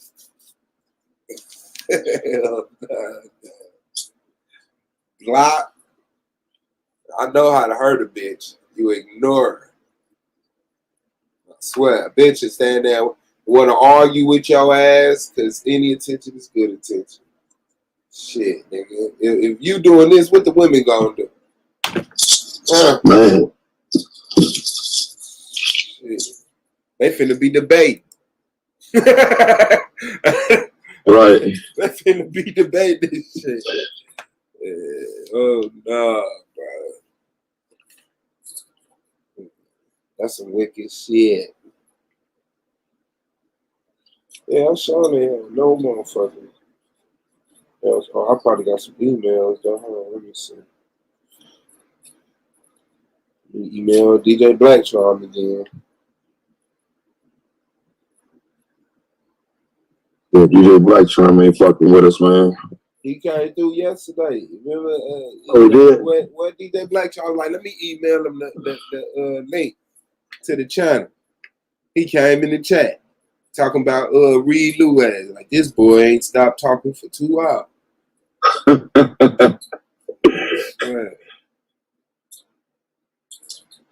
Yeah, man, this whole little shit done disrupted the league, man, because niggas was having fun, man. That was my little getaway for when I get ready to do my late night content and shit, uploading all my shit. I got kind of used to them conversations and shit, man. Fact. Niggas fucked up the channel, you know, that disrupt everything.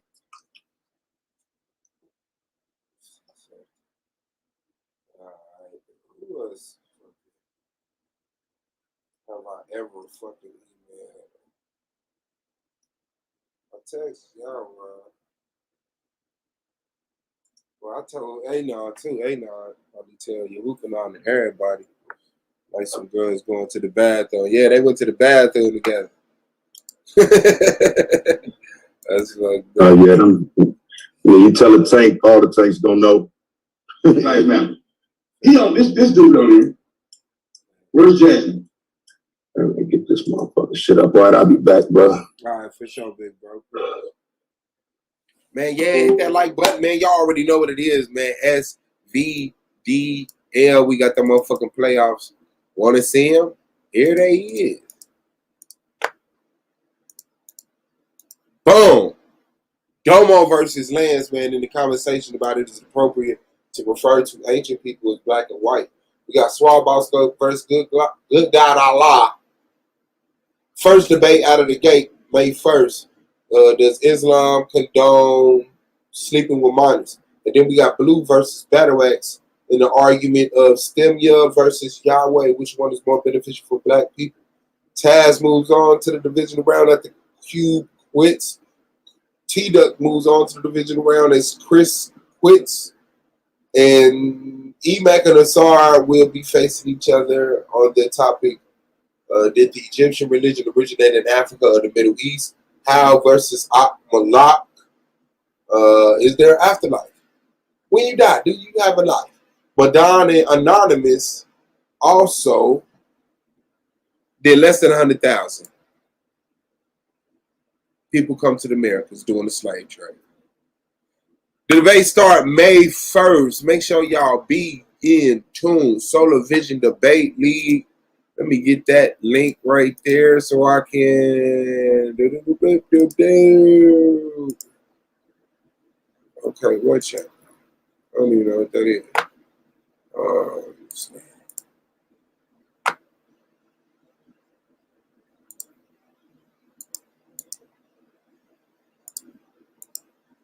Okay. Make sure you subscribe to that YouTube channel right there, Solar Vision Debate League. That's where the debates will be going down. And this is what we'll be talking shit about the debates in between debates. Shout out to that. Also, because I got it. Where is it? I got it. Don't worry. Don't even worry. Be happy. I'm still contending in the MVP race. These three young gentlemen right here. Domo ranking number 1 in the league, put him in the top position for the MVP finalists. And then we also got Blue coming in second place with 139 accumulated rapid fire points, making him the leader in that category, putting him second in the race to the MVP finalists. And then we got Asar, who is just got a cool ass name. And so he is in third place for the MVP trophy. So shout out to them boys, man. Congratulations and good luck on your race up there. And that's just what it is, man. So we keeping it pimping. And let me see, what's this? Okay. So that's what it is. Shout out to Chef the Disaster, man. Malik Rain, Astro. Taz, who was up here. Domo, who was up there, Big O, A9, and everybody else, man, because we know we got lurkers, but just hit the like. You ain't got to say nothing. Just hit the like. We do appreciate it. We have an array of gentlemen that come through, chop it up, talk about all type of paradigms. Sometimes it get really good. Sometimes it get really great. And sometimes it's this where it's just me entertaining the world with my wittiness, my genius, and my comedic skills. Yeah, so be looking out for that. What's going down? And if there's anybody interested in joining the league, email Solarmind at solarmind123@gmail.com and let them know you want to join the league. You are right in time for season 4. That's right, season 4. A lot of the kinks have been worked out. A lot of the people that was on whole shit have been ran away. And so you have the best position in the world to join the league right now, man. Shout out to the vets who was there when it was ugly. Also, if you want to support the league, it's $ Solar Mine. You already know how the world get down. It's Cash App or nothing. So $ Solar Mine if you want to help Solar pay for some of these trophies he's giving out. We got the People's Champ. We got the Iron Man. We got Rookie of the Year. We got Comeback of the Year. We got the MVP. We got Iron Man. I said it already. No, even if I did, forget it. We got Iron Man. We got Shekel Buck. We got Interrogation Round. We got the Opening Round, Premise Round, and Judges vote. Judges debate. Judge's choice. That's what it's called. That's almost a dozen trophies, man. So help Solomon, pay for some of those nice trophies. $ Solomon. Other than that, subscribe to the channel and stay in tune for the content. I'm telling you, it really goes down, man. Sometimes we have 15 guys up here, and we are pseudo as shit. You're gonna love it. Trust me. But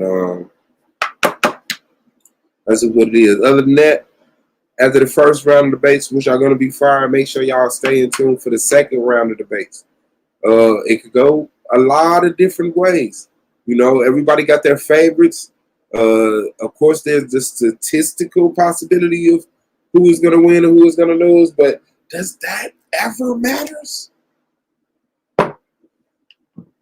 You don't want to rely on statistics in the playoff. You want to bring your best game. You want to make good preparation. Good choice of topic and title. Make sure you word the title right. The way you compile your information, your research, having your sources, having control over your information, able to, present it and explain it and express it. And, remembering the format of the debate. Because, a lot of people come right in and, they rebuttaling and they opening and they premise and they giving a premise and they rebuttal when they closing. And that's never good, So, it's going to be exciting. And then this is all leading to the finalists. That's right. One person from one of these sides is going to walk all the way to the end and be crowned SVDL's champ. All right. So that's what it is. Either way it go, man, that's exciting. Either way it go, that's exciting. The only debate league who has judges with trophies, that's what's up, Shep. Say I watched some before I joined just to see what's going on. That's what's up, man. Yeah, very important. By watching on the debates, make sure you get the format of the debate down. Make sure you pay attention to the Shucklebuck round because a lot of new people, have issues with the Shucklebuck round because it's the Shucklebuck round. But it is fun, it is very engaging, and it is very entertaining. And this is the home of the Shucklebuck, SVDL, Sullivan's Debate. So, you don't stop. Well, shout out to everybody who stayed down, stayed low, you stayed true. Shout out to everybody who been here and everybody that's new. Hit that like button, let's keep going. I could play the rest of the Astrological Rant by Reed Lou, right? That's fun. That's fun. We could read a book. I got Cultural Genocide right here. Dr. Ben, Freemasonry, Ancient Egypt, and the Islamic Destiny. Yeah. The God Science of Black Power, Fighting for Your Life. All right. If you don't know about that, the African American Criminal Justice Guide. Survivor Guide, and this by our brother Black Dot,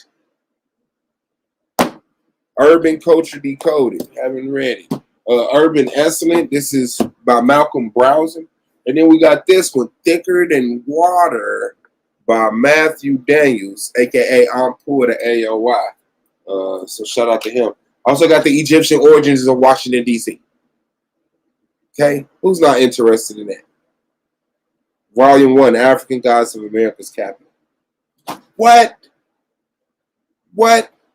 Oh, all of the debates have been made private on the channel and can no longer be accessed. Yeah, so we can't play no debates unless you got it somewhere else. Other than that, we like good reef. We can play other panels and conversations and stuff. But that's it. Dr. Inky saying take the shot. What y'all think? Take the shot? No? Yeah. Dr. Inky talking about take the shot and shit.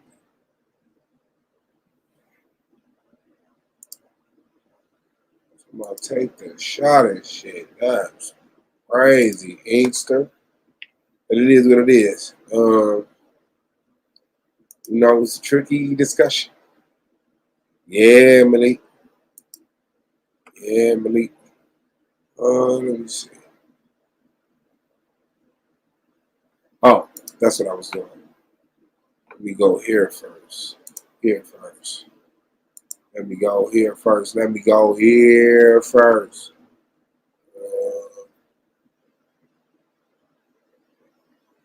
How much time left in this stream? About 120.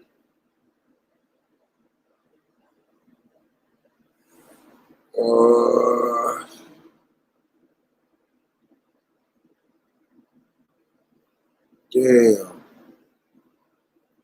Oh, I see some on SVDL Live. Okay. Hold on. We might got it. Domo. Hold on. We might got it. Oh, no.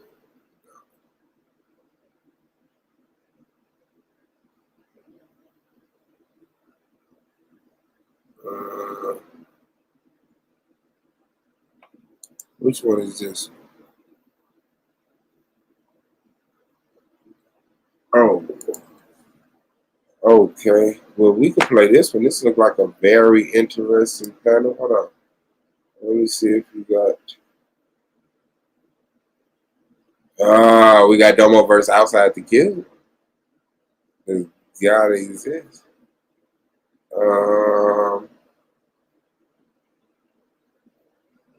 KLT versus Ratazai, who is the real God of the Bible. And we got Akbalak versus Battle Axe. Oh, no. Akbalak and Battle Axe doing the goddamn one. Here's the story. We got Lance versus Sar. Are there any descendants of the ancient Egyptian pyramid builders? And what y'all think? Solar put them on private. Which one y'all think we should listen to? Yeah. Let me see. This might be a good panel just to listen to. Yeah, let's go here. Let's go here. Let's do this.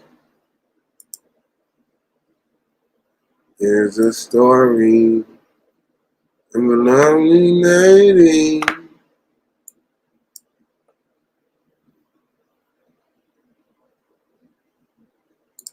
Okay.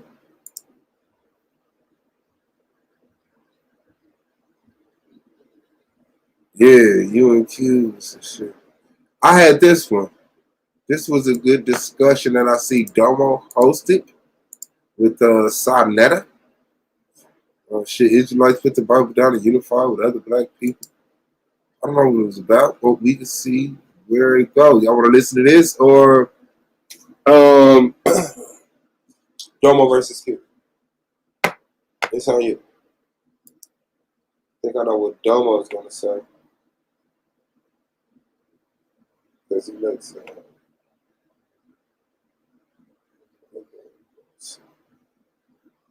yeah. We want debates, right? Okay. Yeah, we want debates. All right. Let's get the debate. Let's get the debate.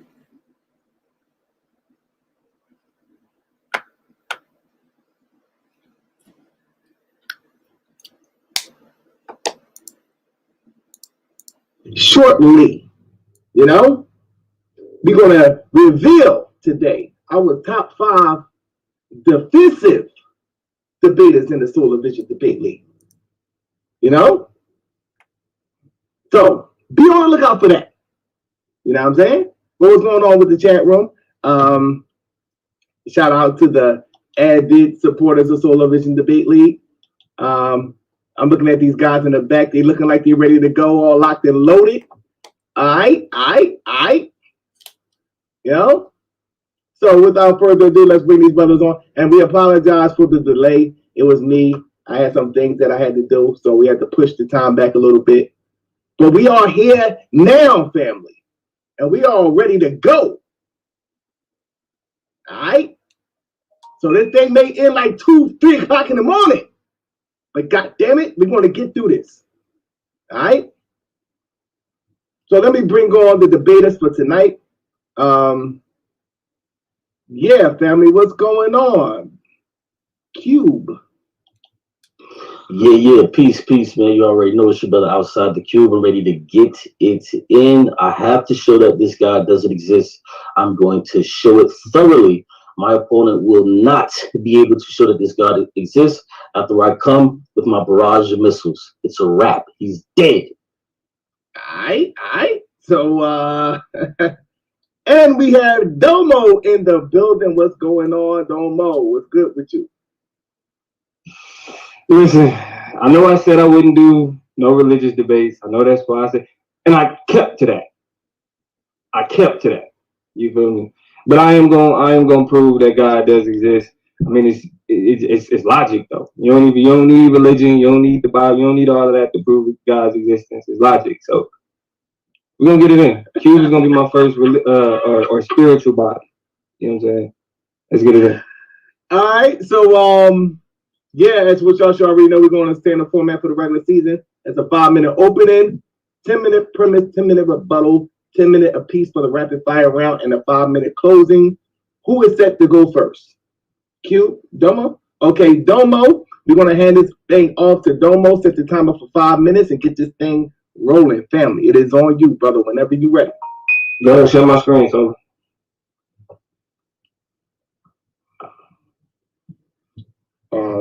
All right, let me go ahead and share the screen.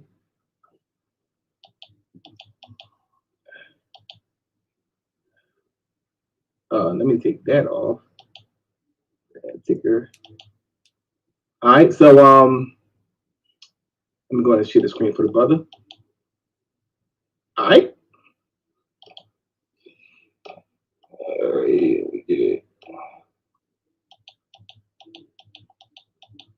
Just making sure we in present mode. All right, we full screen. We good? Yeah, we're looking good. All right, and let's get it. All right, glad y'all able to join us. I'm about to cook Cube. Does God exist? It's SVDL season 3. Let's go. My position is very simple. God exists. I'm gonna prove it through logic. Now, in order to get an understanding of proving God's existence, we first have to have an understanding of God. So we first got to start this opening out. We're answering the question, what is God? Now, as the affirmative position in this debate, I am defining God as the supreme or ultimate reality. That is the definition of God. Shorthand, we're going to call it the supreme being. This is the definition that we are operating off of. Now, this definition operates outside, devoid of, and different from any cultural or religious narrative. This understanding of God does not rely on any cultural or religious connotation, narrative, value system, or attributes in order for it to be understood. First, want to get that explained. When we talk about God, we are talking about the supreme or ultimate reality, the supreme being, highest in ranking and authority. Let's go.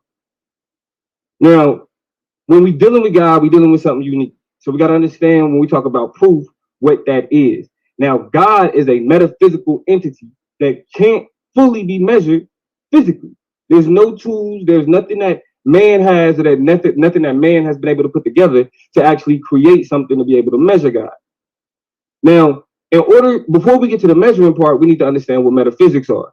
Now, metaphysics is a division of philosophy that is concerned with the fundamental nature of reality and being that includes ontology, cosmology, and often epistemology. The two portions of this of metaphysics, and we're going to be focusing on today's debate, is specifically ontology and epistemology. Ontology being the study of being, epistemology being the study of knowledge. How do we come to learn things? Now, the reason why that's important is because as a metaphysical concept, God is experienced in order to be known. That's the position I'm taking in this debate. God is experienced in order to be known. So the epistemology of God operates off of a posteriori knowledge as opposed to a priori knowledge. Now, the difference between the two, a priori knowledge is knowledge acquired independently of any particular experience. So 1 + 1 is 2 is what we would get out of a priori knowledge. A posteriori knowledge is knowledge that's specifically derived from experience. Things like thoughts, like the idea of the consciousness. These are things that we experience, but there's no, but in order to know it, you must experience. There's no objective way to understand things from an a posteriori perspective. And that is the perspective in which we understand God, that epistemology. Now, the claim that there is a God raises metaphysical questions about the nature of reality and existence. So when we're understanding God as a metaphysical concept, we have to understand that understanding the ontology or the being of God, getting to its existence, is how we understand the ontology of the universe. Those things are connected. Now, I'll be explaining how those things are connected first through what's called the ontological argument. And this argument is one that actually comes out of a theist position, and it's the argument that proceeds from the idea of God to the reality of God. Now, I'll get into why the argument that I'll be positing is slightly different from what's considered the traditional perspective, but it's still enough for my opponent to have grounds to make the arguments that he wants to make. Attaching it to that, I'll be arguing that pantheism is how we understand God's ontology and its existence. And pantheism is the doctrine that the universe conceived of as a whole is God.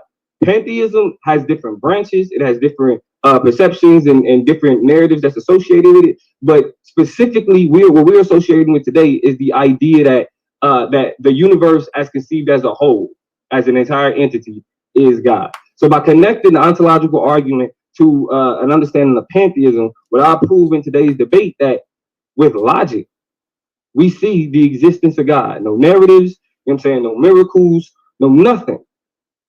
Just logic. That's good.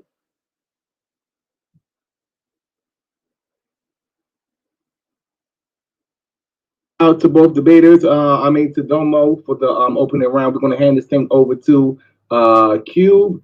Cube, you also have 5 minutes. Whenever you're ready, brother. Unmute your mic, brother. Oh yeah, all right. Let me share my screen really quickly. We're about to get this popping. All right. Can you see my screen? Yes, hey, if I play a video, would you be able to hear it? Let's see. All right. Is it a video of somebody else's video or? No, it's mine. It's mine. Oh, we'll see. Go ahead and play it. Hey, and instead of having us on the side, can you blow it all the way up so people can see everything instead of having like us on the side right there? Oh, you want to eliminate your pictures? Yeah. Just so we can see the video in its entirety. There you go. Boom. All right, let's get it popping. We cannot hear. Damn. When you share it, you got to share it with the computer sound. So go back and then share it again and make sure you click share with. Oh, you're right. Got you. All right, bet. He helps you out on that one. Yeah, it was gonna get done anyways. It was gonna happen anyways. But hook up crook. So tell me if you can hear it now. Oh, you gotta put it back up there. Okay. So no, you cock back the pistol before you shoot me in the head. Yeah. Go ahead. You ready? Yeah. The idea that existence just came into being could be very well true. The idea that existence just came into being could be very well true. The idea that existence just came into being could be very well true. This is not about atheism. I repeat, this is not about atheism. Let me say it again. This is not about atheism. I repeat, this is not about atheism. So let's go. Extraordinary claims require extraordinary evidence. And as Christopher Hitchens, one of my favorite atheists, would say, that which can be asserted without evidence can be dismissed without evidence. So let's go. Does God exist? Well, it depends which God we're talking about. Poseidon, Greek god of the sea, earthquakes, and storms, that God doesn't exist. Yahweh, also known as the God of the Bible, that God clearly doesn't exist. Or how about Ra, the Egyptian god of the sun? That God doesn't exist, and even the prohibitionists would tell you that the God was just property. But I have some more house cleaning to do, and let me get to that right now. No more. Put some respect on my name. You understand me? And y'all saying my name, put some respect on. I think Cube will be my biggest challenge though. Because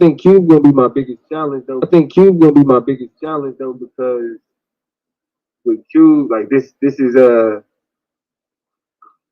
what I'm about to do is kind of, it's in my wheelhouse, but it's a little outside of it.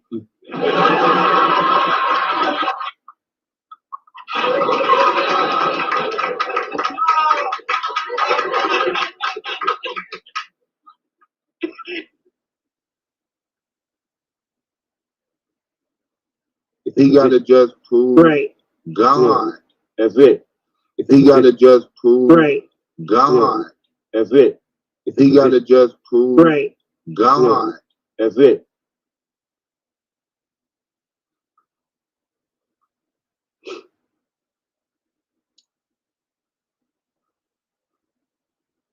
The ontological argument is, in my not so humble opinion, the absolute worst. In fact, I seriously struggle to fathom how anyone of any intelligence could possibly find it convincing. How about if we acknowledge that our argument does not prove or establish its conclusion, that this argument is therefore garbage?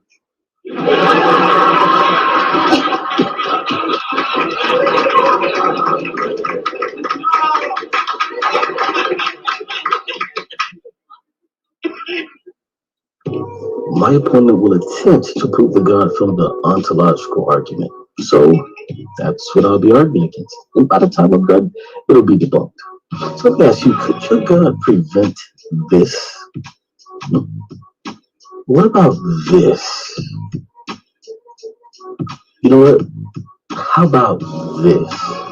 And if you could prevent those things, you got some major problem on your hands, my friend. The God from the ontological argument is all-knowing, all-powerful, omnibenevolent. So, what I intend to show that a being who's all-powerful, all-knowing, and omnibenevolent cannot exist. This is the death of the ontological argument. Let's go.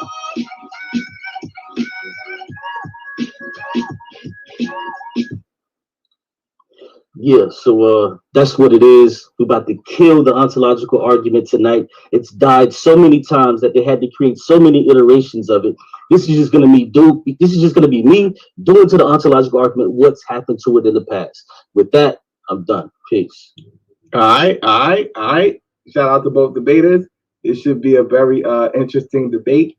So what we're gonna do here is we're gonna take a brief intermission, family, and we're gonna come back.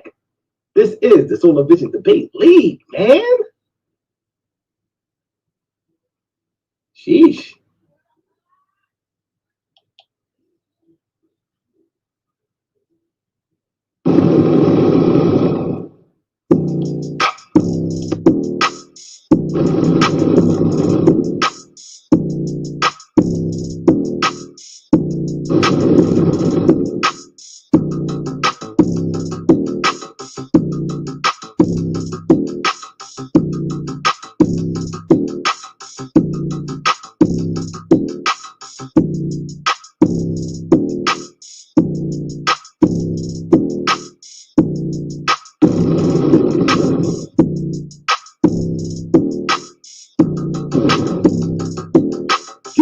rocking with the best. This is your boy Soleimani. And guess what?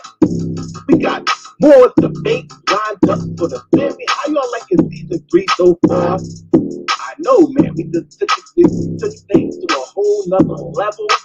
Shout out to the league. Make sure you come prepared, because these debaters in this league is not playing the season as what y'all can see. These debaters are coming locked and loaded. So make sure you show some love to the boys behind when they come in the building for these debates. I want to know who's going to be the winner, Anthony. That's what I'm waiting for. I'm waiting for who's going to be the one to reign supreme for the 2020-2021 season. So, let's get these debates on, shall we? All right. So it's about that time to get into the premise round, family. So we're going to hand this thing back over to Domo. Domo, you have 10 minutes to do your thing, brother. Whenever you're ready, you can begin your premise, brother. Mute your mic. Share my screen. All right.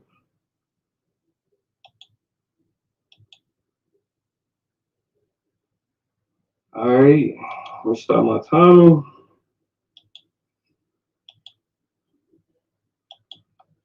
And let's get it. All right, that was cute. Cute, know how to play with graphics and all that, whatever. But we got to debate. So hopefully you show up for that. Does God exist? We're going to continue to answer that question. Now, again, who cares about Poseidon, all of the other things that he introduced? But my position in this debate is that God exists as the supreme or ultimate reality. There's no more to whatever he's trying to add to, well, Poseidon, can your God? Nah, the supreme or ultimate reality. That is that when we talk about God is how he's being defined in this debate. Now, remember, there was one, not only did he refute, not only did he not refute or say that there was any problems with that definition, he also had no issues with the epistemological framework of this debate. A priori versus a posteriori. The traditional conversation depends on a priori information, the a priori position that God exists. However, my position is that God is experienced, and as an experience is a posteriori. That means the proof is in the experience. We're going to talk about that. Now, a posteriori knowledge and ontology. To create a basis for understanding that, we're going to start with Descartes and his argument, I think, therefore I am. What Descartes, for those who don't know, French philosopher, argued that this Latin phrase that translates into I think, therefore I am, was the first step in demonstrating the attainability of certain knowledge. So understanding self was the first step in being able to understand anything else. And the way that he understood that is experiencing thought. Experiencing thought is what gave us, is what validates our existence. Experiencing thought is what validates our existence. That's crucial. So when we go from that epistemology of the importance of thought to actually thought and being, we get into the ontological argument. Now, just a quick historical background, it was formulated by Saint Anselm in 1077, and also given a famous revision by Descartes. Now, my opponent, of course, is going to come with all the traditional arguments to try to rip apart the theist, but that's the problem. See, Anselm makes what I call an epistemological mistake. He positions the question of God's existence as a priori question. That's false. The reason why he does that is he developed this argument based on a deeply religious perspective, and he was attempting to assert both God and his attributes by define, as you would understand it from the Judeo-Christian narrative. That was his problem. Him and Descartes operated out of the Judeo-Christian narrative, which caused issues with the way that they understood it. So moving away from that, a more simplified understanding that gets away from that narrative, that gets away from that language, will go like this. The ontological argument exists as such. The first premise is that the concept of God exists as a supreme being, ultimate reality. That is a concept that we understand when we hear the word God. The second premise is that a supreme being existing only in thought and not also in reality is a contradiction, because a supreme being is supposed to exist above all. The third premise is that a being that lacks real existence is not a supreme being. And yet a greater being would have the attribute of existence. So if there's a being that exists in our mind, the concept of God exists in our mind, that is an experience that we can validate based off of, again, Descartes' understanding of experience and epistemology. Understanding that the supreme being must exist, because if it exists in our minds, if it's something that we can postulate, then ultimately it exists in reality, because we have a reality that we experience every day. And if it's something that is the supreme, above all, the highest, it would mean the culmination of that reality. That's how you get God defined as the ultimate reality. We can't experience all of reality at once, but we experience reality as it is, which gives us that understanding. Now, when we get to the conclusion, it's essentially making the argument that the proof of God's existence is existence itself, based on its attributes. If it is a being that is above all and it exists in one place, it has to exist in all possible places. So mental to the physical. Now the criticism associated with that is simple. Assigning attributes don't prove those attributes a priori. Meaning that just because we add to the definition that something is the highest above all doesn't actually give it that attribute. But this actually helps my argument in the way that it'll be framed with pantheism. Now, Kant was one of the major critics of this argument, argued to say that something with stated properties exists is not to attribute it to a further property, namely existence, but to assert that the concept is instantiated, that there are actually instances of that concept. So what Kant is doing here, even in his critique, he's saying that we can say that this is an instance of something happening, but how does it get to that level of proof? He says, but whether or not a given concept is instantiated is a question of fact. It cannot be determined a priori, but only by whatever is the appropriate method for discovering a fact of that kind. Remember the epistemological framework of this debate. You cannot understand God from an a priori perspective because God is experience.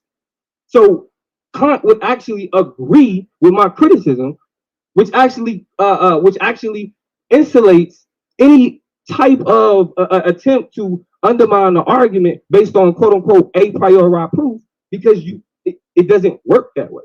And even Kant would argue by only but whatever is the appropriate method for discovering a fact of that kind, and that is experience. Now, getting into pantheism and understanding God's ontology is, again, I reiterate, is that the doctrine of pantheism is that the universe conceived as a whole is God. Now, when we understand it epistemically, what we see is that to us is that God is not distant, but can be encountered directly in what we experience around us. The initial focus of attention here may be either our physical environment or else our social environment, our community, our tribe, our nation, or generally the people we meet with. But further reflection may lead to its more universal expansion. For Spinoza, the claim that God is the same as the cosmos is spelled out as the thesis that there exists one and only one particular substance, which he refers to as God or nature. The individual thing referred to as God is one and the same object as the complex unit referred to as nature or the cosmos. One such a scheme, the finite things of the world are thought of as something like parts or modes of one great substance. Now, again, from the question of a priori information, the one thing that we can't do is we can't assume to know all of existence. We only can know the parts of existence that we actually experience. However, existence itself is ultimately an experience. Now, the brother played the clips at the beginning, getting into where I was specifically saying, hey, if it came from wherever it came from, it came from wherever it came from. What he doesn't understand is that making the argument that that God is the universe doesn't get into the aspect of creationism that he wants to play into. It doesn't get into the aspect of looking at God as this ultimate creator that he wants to play into. What he has to do is he has to prove that God isn't the universe. Because the one thing that we know, operating from Cartesian thought, is that we experience the universe daily. We know that it exists outside of our immediate framing, even this interaction that we have right now. So existence ultimately is the one thing that is understood. And the existence, or what will be understood as the ultimate reality or the supreme being, is something that can't be understood a priori, because we only have the ability to understand it from from experience. The focus here is that the idea that a priori information is needed in order to understand God's existence is a fallacy, because the experience with existence that, again, exists outside of us gives us the ability to understand that. And it's channeled through pantheism. The reason why pantheism is a unique concept, because even amongst different theologies, even amongst different groups of people, you see this understanding of God as a part of existence, as a part of reality. What Spinoza is arguing here is that the makeup of existence is God. That cohesion, that thing that keeps everything together, the things that literally the things that make up the universe to be what it is God. The brother has to give you a way that is not. It's time. Shout out to brother Domo. We're gonna keep this thing rocking and rolling. Pass it over to Cube. Cube, it is on you, brother. Whenever you're ready, you could begin your premise, brother.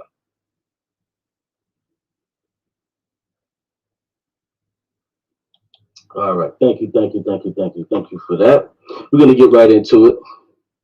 I don't think anybody heard of God being presented anywhere, but nevertheless, we shall continue.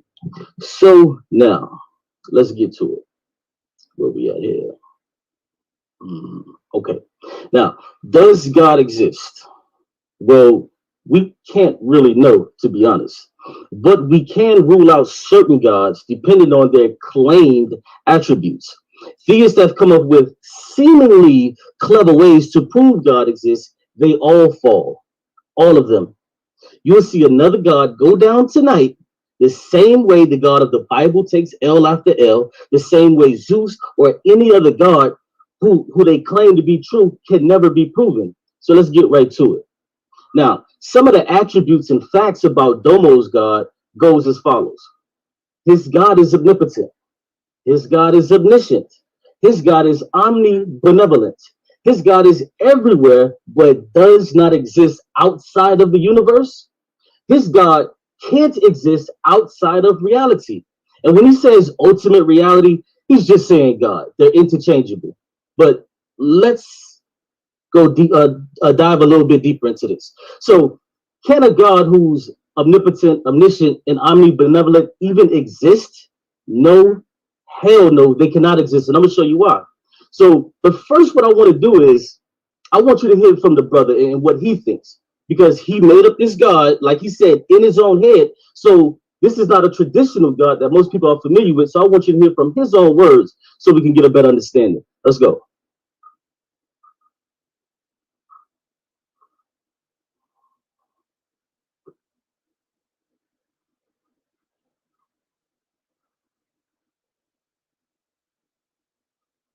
Oh, you said it sounds low? Oh, shucks. Ah, man. I got it all the way up, too. I mean, I confirm everything. Like, this is how the conversation went. Okay, well, that's part of the reason why I put it on the screen. So, yeah, what the brother is saying in the video, I'm asking him, is there something that God cannot do? And he's saying no. So God can do everything. I'm asking him, is there something that this God that he's positing doesn't know? And he's saying no, which will make that God omniscient. So let me just play it. I know it's kind of low, but.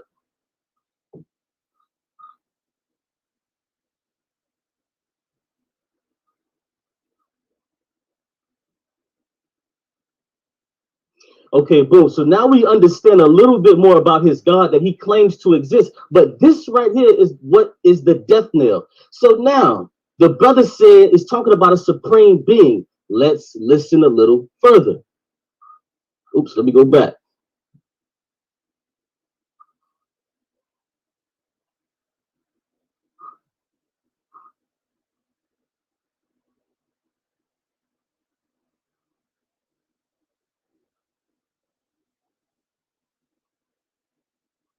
Oh, okay. All right. I just got to say it then. All right. So basically, in this clip right here, what the brother is saying, he said, if you're talking about something that can't do something, then you're not talking about the supreme being. But we have a huge problem with this supreme being that the brother is trying to show or trying to tell us that exists. Zoiks. Yes, you're right. Domo's God is trapped in our universe. And I would play the video. I would play the video, but you guys can't hear it. But this is why I put things like this, notes on the side, so people can understand. In this video, this brother said, I was told God was a supreme being with omnipotence, omniscience, and omnibenevolence. This God exists everywhere, but not outside of the universe. This brother said that. This brother said that God exists everywhere, but not outside of the universe. Now, how can you be a supreme being and not exist everywhere, in every universe, in every possible universe? How can you be a supreme being? So let's continue. The brother also said that God and ultimate reality means the same thing. Now watch this. He continued further to say this, but there is no reality outside of our universe. So if there's no reality outside of our universe, then that means God is trapped inside our universe with us humans. So what does that lead us to believe? So God is bound by the laws of logic and the laws of physics? How can you have a supreme being that is bound by the laws of logic and the laws of physics? You're dead. This God does not exist. This God cannot be a supreme God who is bound by anything. He has to be omnipotent, omniscient, and omnibenevolent. He's dead. Let's continue. So now we're going to just deconstruct some of this foolishness that the brother was talking about. So now God's omnipotence. Can God make a rock so heavy that he could lift? Now, I know it may sound simple, but it goes against the laws of logic. And guess what? His God is bound by the laws of logic. Can God make a married bachelor? No. Can God make 2 + 2 not equal 4? No. Can God make a square circle? Absolutely not. Once again, his God is trapped in this universe with us. So he can't do these things. So how can he be a supreme being? Let's continue. God's omniscience. An omniscient God can see the future, right? An omniscient God can't change his mind. There goes something else that he cannot do. He cannot change his mind.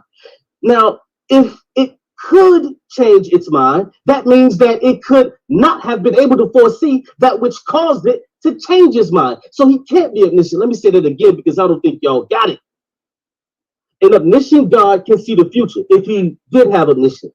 An omniscient God can't change his mind. So that's another thing that he can't do. If it could change its mind, that means it could not have been able to foresee that which caused it to change its mind. This God is not omniscient, man. The brother said it is, but it's not. Let's continue.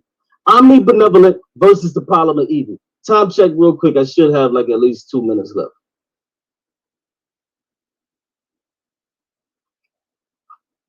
Perfect, even better. Okay, so omnibenevolence versus the problem of evil. And this is the huge problem in the hole that he can never get out, and his argument dies again and again and again at every single turn. So now, if an omnibenevolent God exists, then why does evil exist?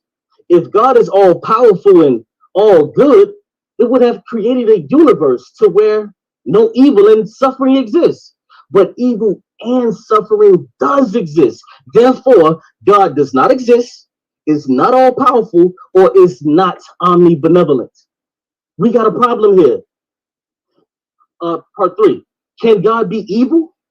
If he can't, then he's not omnipotent. Once again, we find too many things that this God cannot do when the brother said that there's nothing that this God cannot do. Are we talking about the same God here? The brother said the supreme being, there's nothing that it cannot do, but over and over and over and over, I'm showing you things that it cannot do. And if it cannot do it, then that means that it doesn't exist. His argument falls apart.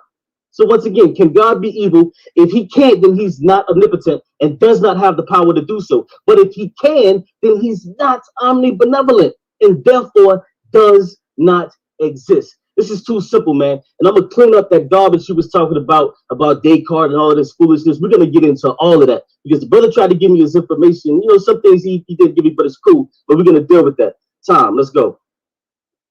All right. Looking forward to this rebuttal round, family. I know y'all are as well. We're gonna take a brief intermission, and we're gonna be right back, family. This is the Solar Vision Debate League, man. Sheesh. If you want the up-to-minute information on how to start a business, subscribe to the Svdl Aman's channel on YouTube. It gives you information on how to start a grant, how to form a non-profit organization, and how to get your credit score up to an 850. So once again, subscribe to his channel. That's Svdl Aman on YouTube. In fact, I'll make it easy for you. Just hit the link located in the description box on this page. It'll take you to his channel, and then hit the notification sign so you can be updated on when he go live. Once again, Svdl Aman's page on YouTube. Get your business up, family. All right. We're going to get back into this debate right now, family. This is the rebuttal. So, Domo, it is on you. You got 10 minutes to do your thing. Whenever you're ready, brother, you can begin your rebuttal.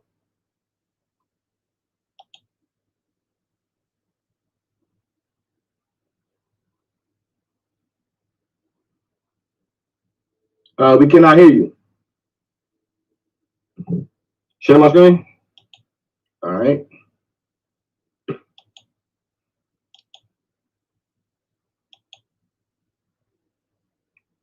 Screen is sharing whenever you're ready, brother. Let me start my timer. Now, all right, let's get into the basicness. Now, first off, I want to reiterate, the framework for this debate is challenging the idea that a priori information is how we come to understand God and whether or not that's proof of God's existence. If we're talking about the nature of God, now, he jumped off into, he brought up some things that I said, which we could definitely get into, no problem. But the problem with what he's saying is that I first don't call into question. I never said anything about God being inside or outside of the universe. When we had the conversation, the man is just throwing things out there. Also, I want to reiterate that I've said that the narrative that we're talking about in terms of understanding God within this debate has nothing to do with the narrative associated with man, with people, period. As Spinoza broke down, God exists as the all entity, the ultimate reality, everything binded together. Now, this whole, well, can your God stop this? Can your God stop that? Cube is caught in a trap of having the same arguments with y'all over and over again. He has not challenged in no way, shape, or form the idea that God exists as the whole. He just said that it doesn't exist. He named all of these characteristics associated with Judeo-Christian values, and it said because those things, don't make sense to him, that it don't exist. That's the problem. He doesn't have a position in this debate. The only argument that he can make is attempting to disprove things from debates that he's had previously. He hasn't used the phrase a priori or a posteriori once in terms of how things should be understood, specifically when the framework was laid down.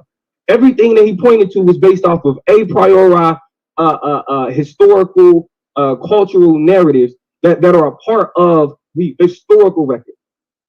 But in terms of understanding God as a concept of the universe, all he did was brought you paradoxes and played with language. I'm going to show you why all of that is actually fallacious. Let's get into it. The paradox of omnipotence.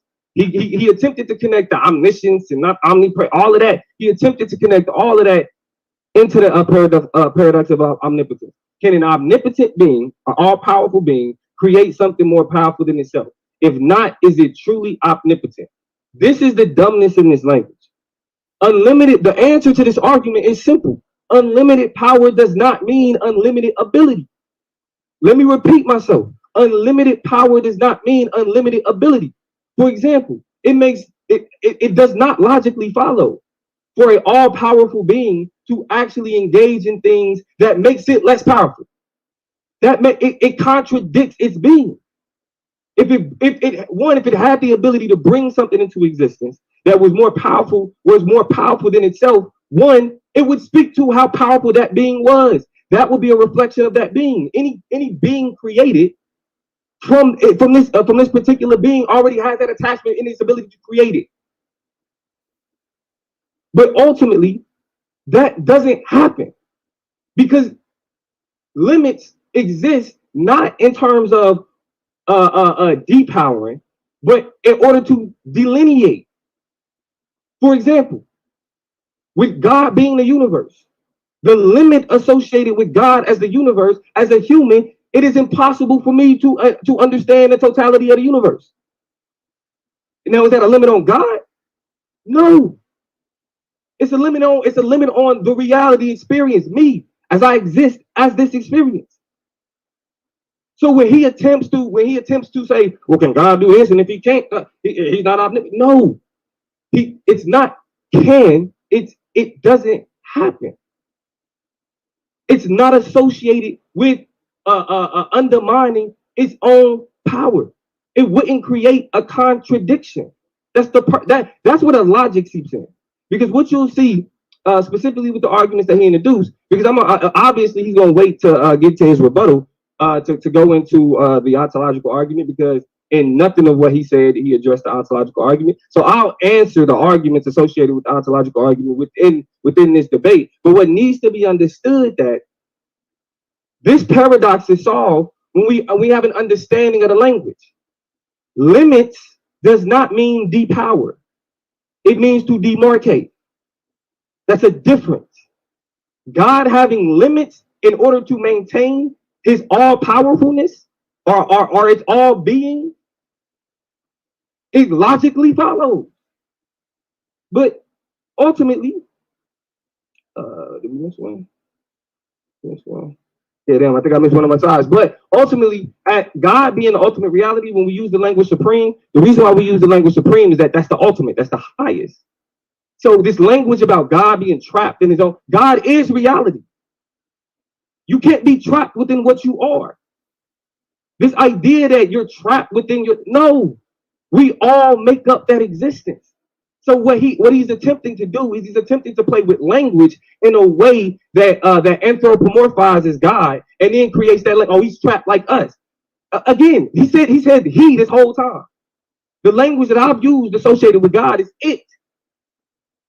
Because when he says he's actually referring to a personified argument that he's used to having. We're not talking about the same thing right now. Nothing about his premise addressed what we're talking about. I know he mad at the rest of y'all in the chat, but hey, that's smoke for the rest of them. Now, a part of the problem is, since he's going to get into these, since he's going to get into a lot of the things associated with the ontological argument on his rebuttal, I'll address them right now. He's going to bring up what's called parity objections. And what parity objections are is they attempt to utilize the logic of the ontological argument against itself. And they attempt to create narratives around and associated with things out, taking God out and putting other things in and saying, well, you should produce the same result. And if you produce a different result or the wrong result than the result that you produce, then that means that it doesn't logically follow, or the logic is fallacious.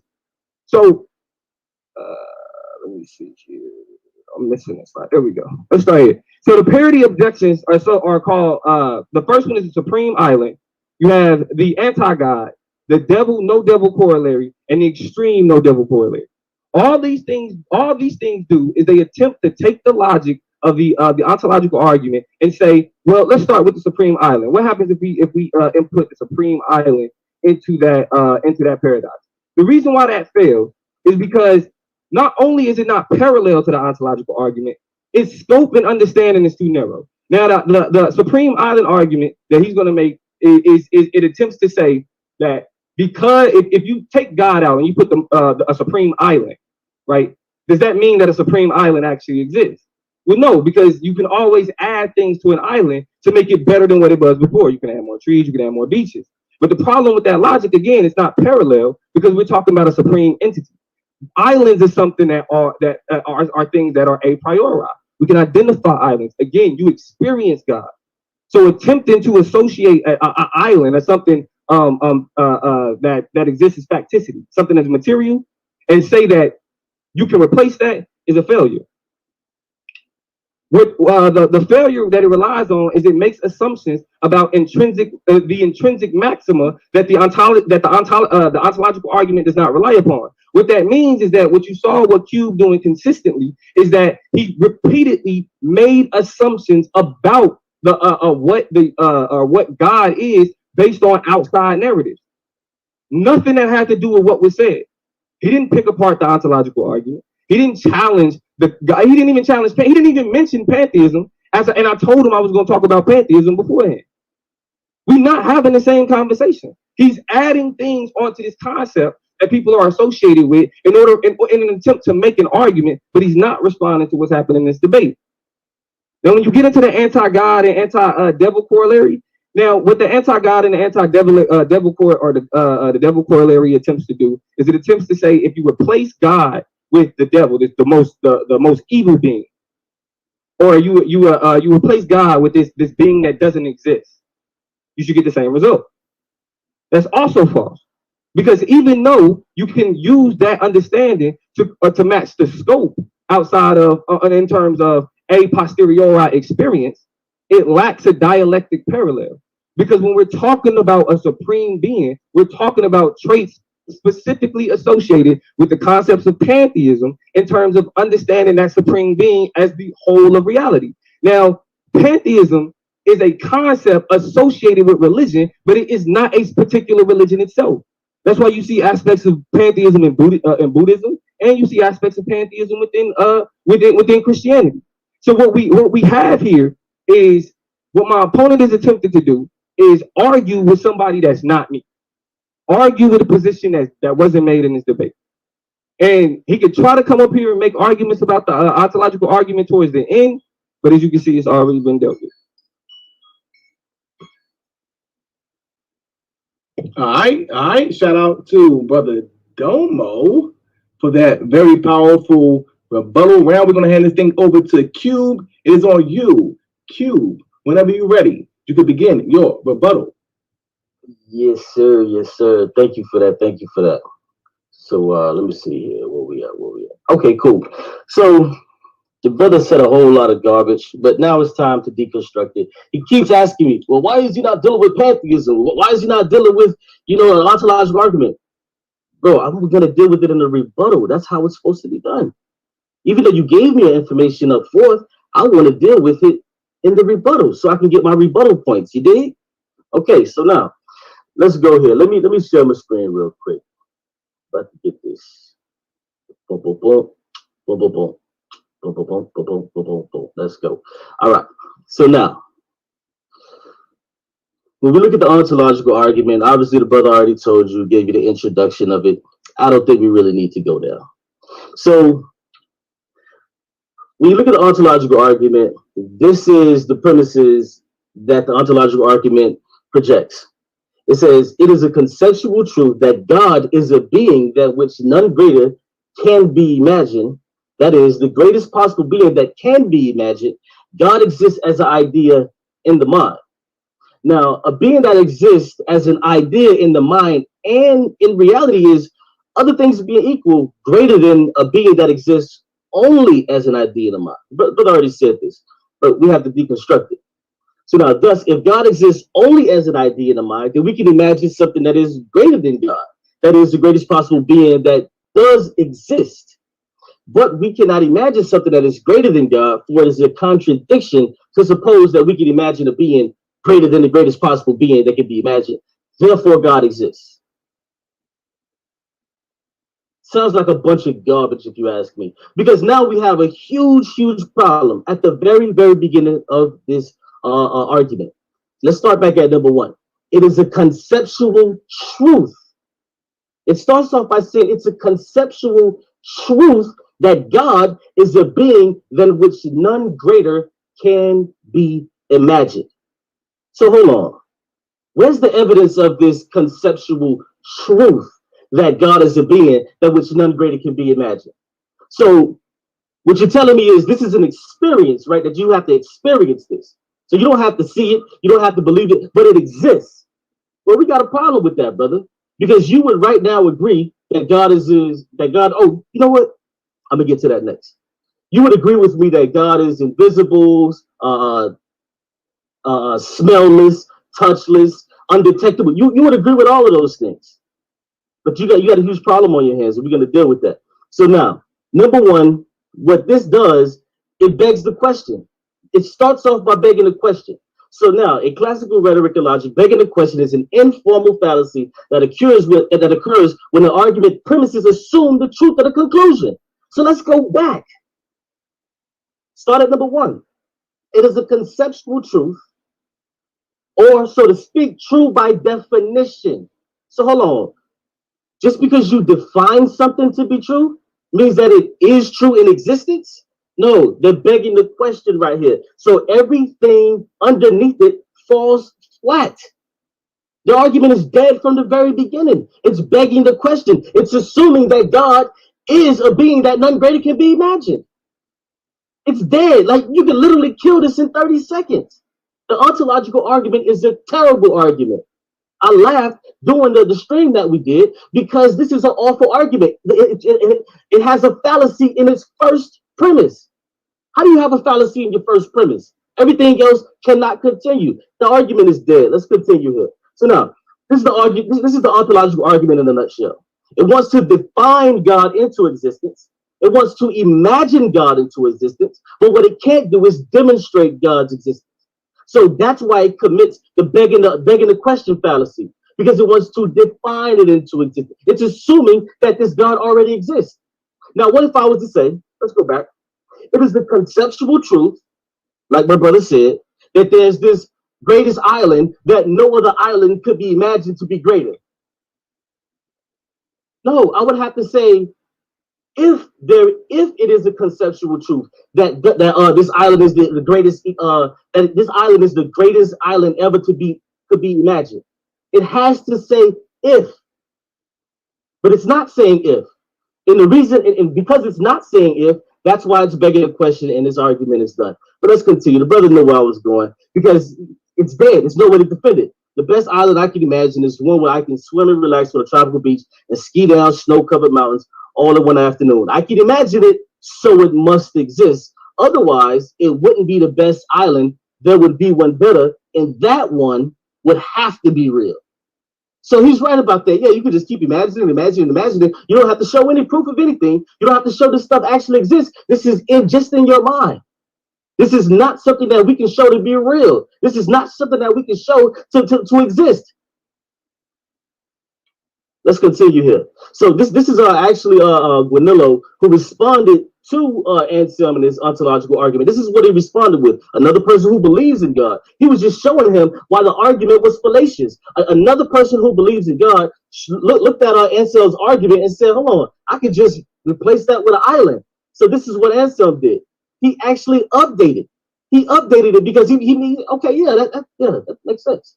So now, Anselm's updated argument still commits the same fallacy. Premise one, God has all perfection. Premise two, necessary existence is a perfection. Premise three, if God has necessary existence, then he exists. Okay, we got a problem here. Once again, you're begging the question, how do we know that God even exists to have all perfection? But when you break it down, listen to the problem you run into. So we already see that premise one is fallacious, so we shouldn't even be continuing. So how much time I got?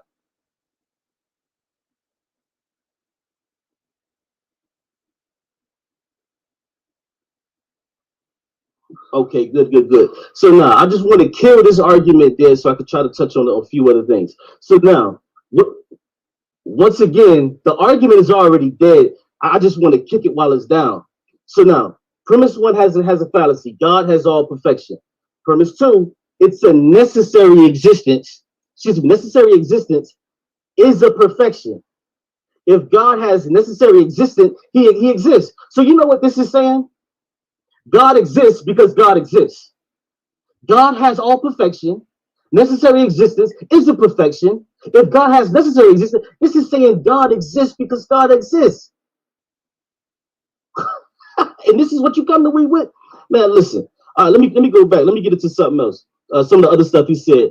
Okay, the brother was dealing with I'm gonna get back on that missions. So the brother brought up pantheism, and he ran into a huge brick wall. He didn't even know it. So pantheism is different from naturalistic pantheism. So now pantheism is a doctrine which identifies God with the universe or regards the universe as a manifestation of God. And the second one says the worship that admits or tolerates all gods. But he would have stood a better chance if he would have said naturalistic pantheism. Because naturalistic pantheism, also known as scientific pantheism, is a form of pantheism. It has been used in various ways, such as to relate God or divinity with concrete things, determinism, or the substance of the universe. God, from the perspective, is seen as the aggregate of all unified natural phenomena. This ain't nothing that's maximally great or all powerful. It's a natural phenomenon. So if you talk about naturalistic pantheism, boom, you're dead on that because that God is not all powerful. If you talk about the regular pantheism, boom, you're dead on that because that God is not all powerful, or that system is not all powerful.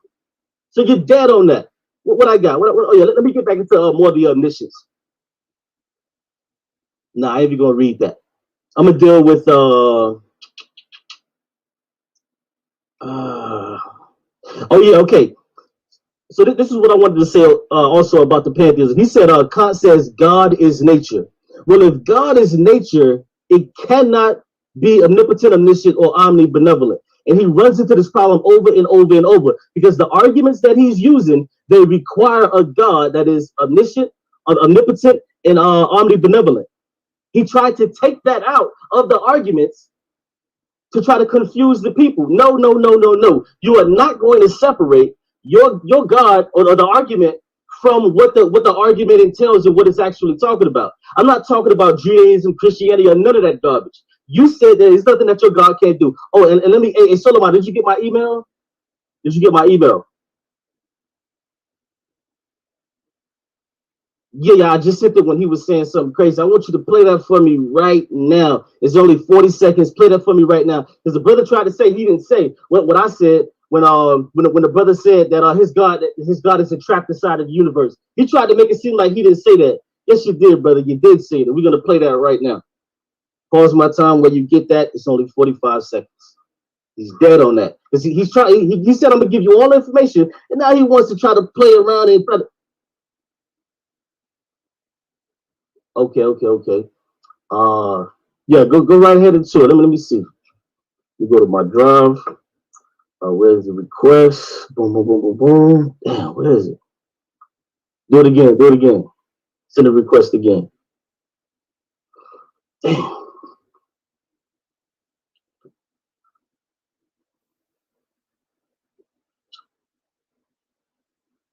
Yeah, I'm looking. So we stopping time for this? Nah, no, because it wasn't playing. It wasn't playing in my joint.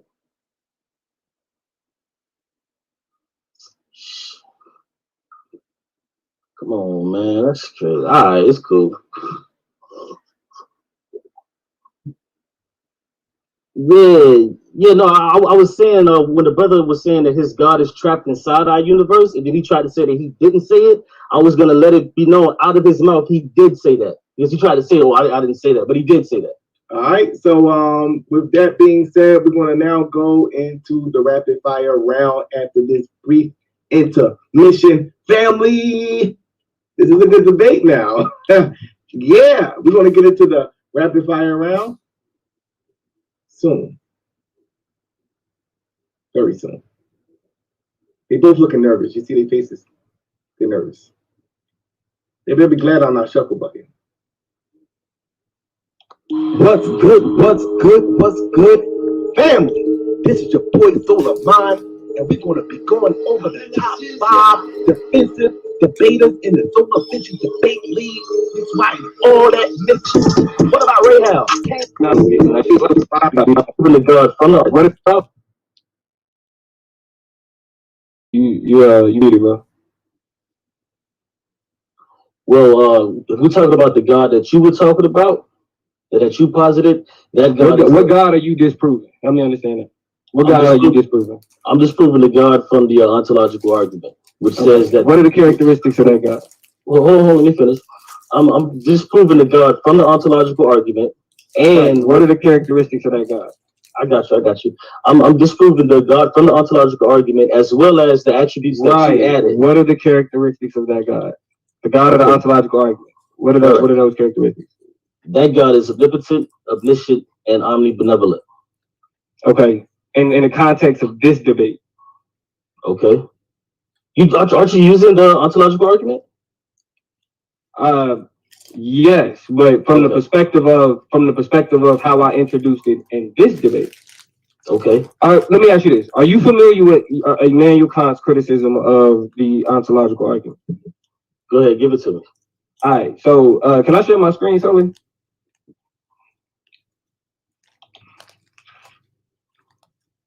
I don't know if you're here. Hold on. Yeah, go ahead and share. Let me share my screen.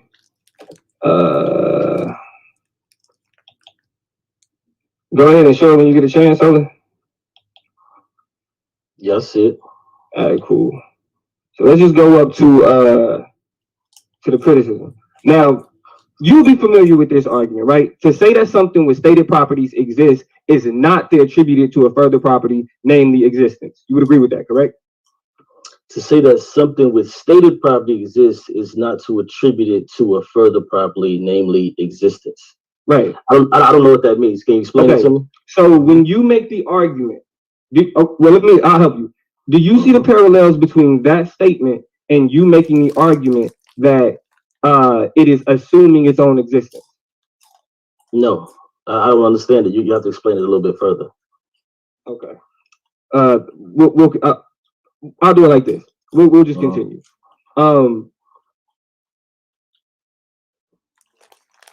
We'll just move on. In terms of the paradox of omnipotence, right?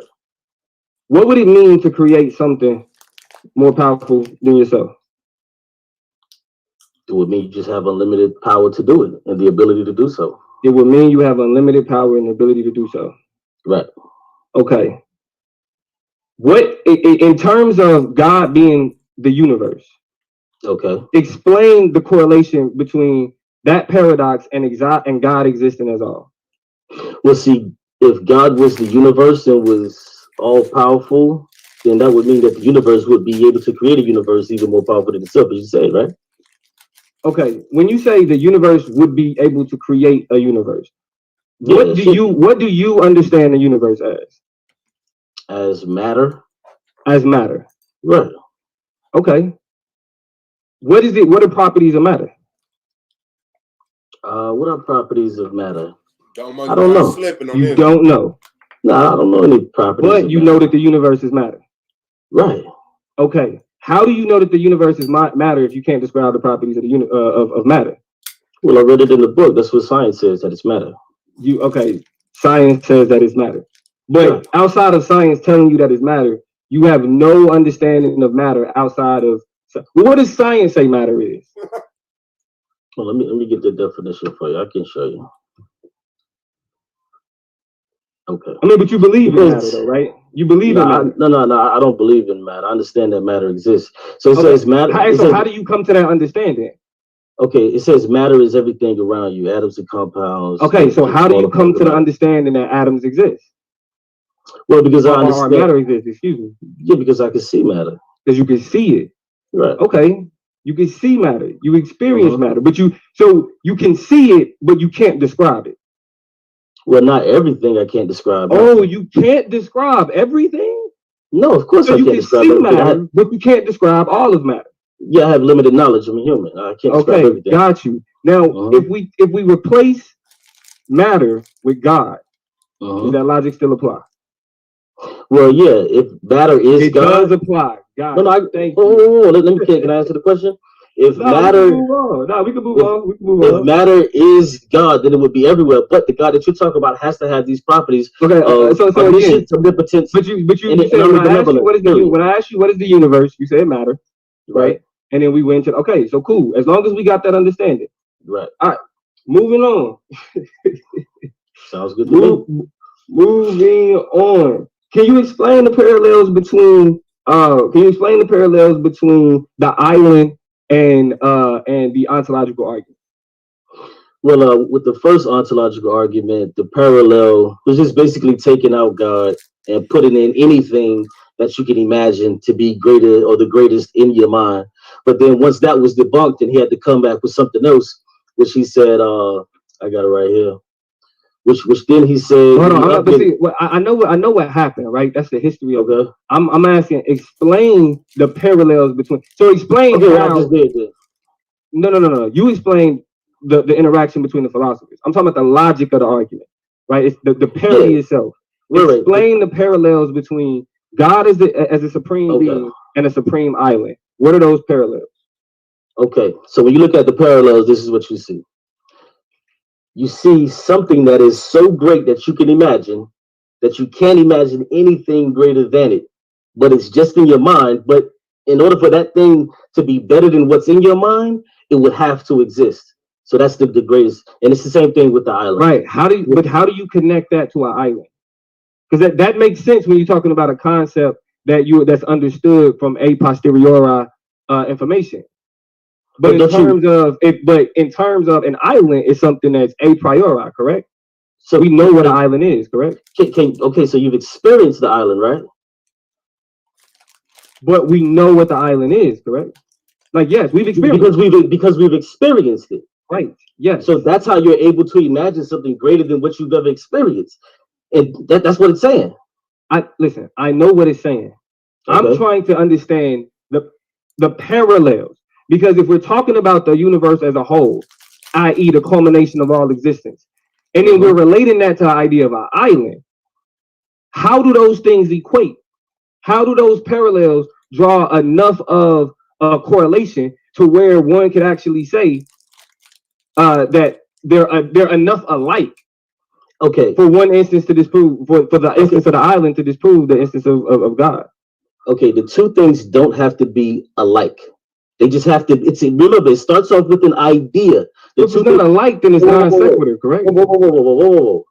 Once again, two things. I think if it's not alike, it's non sequitur, correct? No, not at all. So now, in order for something to be analogized, brother. Hold on. I ain't got that much time. That's part of your problem. I know. So what I'm gonna do is, as a part to resolve that problem, I'm gonna stop you where you at. No, I'm gonna ask you, and I'm going to ask you a different question. No, I'd rather not. I'd rather answer. So I know you would rather not, but again, this is my time. So what I'm trying to figure out for you is how are you analogizing? How are you analogizing to things when they don't have any similarity? Now you're asking the same question. So now, once again, the way how this starts off with the concept in your mind. That's what it starts off. What you're explaining is the ontological argument. We know the ontological argument. I'm trying to get you to explain how can you put island in the place of God and still produce the same result. I'm trying to show you. Because if the island starts off in your mind, God starts off in your mind. Mm-hmm. You can't imagine no island greater than the island that you experience. So how do you imagine any other greater God than the one you say you experience? It's the same thing. Dude, can you go to an island? Yes, I can go to an island. The same way you can experience God. Can you improve? Let me ask you this: can you improve on the island can you improve on any island, any physical island? Can you improve on that? Can you add to that island? No, not the greatest island that I can ever imagine. That I can't imagine. Okay, what makes it the greatest island? Because I thought about it in my mind the same way your God is. Okay, how did you think about it? What attributes? Because I experienced the island the same way you experienced the God that you conceived in your mind. It's the same thing, bro. Let me ask you again. What attributes make up the greatest island? The attributes that make up God is the universe, the culmination of all existence. Okay. What attributes make up the island? The attributes that make up the island is something that I can experience. It's all great. It's all powerful. It's all powerful. It's all knowing. This island, I cannot think of an island is all powerful and all knowing. Yes. How are we operating in logic when you're talking about an island is all powerful and all knowing? Okay, listen. Once again, brother, I cannot. This has to be the greatest island ever. So it has to. Okay, that's not. Let's get it. Oh my, it's 10 minutes. How much time is it? Okay, yeah. So shout out to Brother Domo. We're gonna hand this thing over to Cube. You have 10 minutes to interrogate whenever you're ready, brother. You could begin. All right. First, what I want to do is, Solomon, you got the access. I need you to play that for me real quick. Okay. I do have access to it, so All right, I'm gonna go ahead and play it real quick.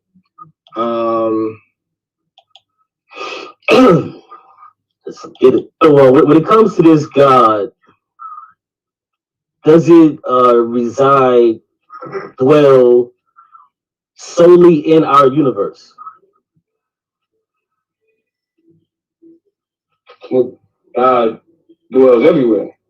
No, I said solely. It dwells everywhere. Oh, okay. The ultimate reality. Understood. All right. And this God that dwells everywhere, which would mean even outside of our universe, how would you be able to prove that this God dwells outside of our universe? I don't have to prove he dwells outside of our universe. If it's the ultimate reality, there is no reality outside of our universe. Okay, so let me stop sharing my screen. No, matter of fact, I'll keep it up just for fun. So now, brother, you want me to bring up your screen? Oh, it wasn't up. Dang, I had it up. I thought I had it up the whole time. Yeah, it's fine. Yeah, bring up my screen real quick. Dang, I thought you had it up the whole time. So yeah, this is what I was asking the brother. And yeah, I know I'm using my time on this because questions are gonna come from this. So the brother said that God was a supreme being with omnipotence, omniscience, and omnibenevolence. Is the God that you're proving tonight doesn't have these qualities, brother? Excuse me? The God that you're attempting to prove the qualities, I've stated. God doesn't have the attribute of omnipotence. The qualities that I said the attributes of omnipotence. I laid it out at the beginning, bro. I can share my screen. I listed his attributes. Brother, listen. I just want you to answer the question. Bro, I listed God's attributes. Brother, okay. Listen. The problem. Right, let me help you. No. It's not. I'm not going to feed into your Judeo-Christian rhetoric. The question, or I'm moving on. It's very. You can move on. That's cool too. But like I said, I'm not going to feed into Judeo-Christian rhetoric. Got you. Okay, got you. Is there something that your God cannot do? Again, God isn't a question of what it can do. It's a question. Hey, listen, brother. Is there? See, God, okay. The God that I'm proving in this debate is not a question of doing. It's a question of is. Okay. Once again. Is there something that your God cannot do? Again, God isn't a question of doing; it's a question of is. Okay, got it. Let's move on. So now, can your God destroy himself or wipe himself out of existence? No. Okay, so there is something that your God cannot do. See how you just messed up? That's crazy. So can God go outside of the universe? God is the universe. Can God go outside of the universe? God is the universe.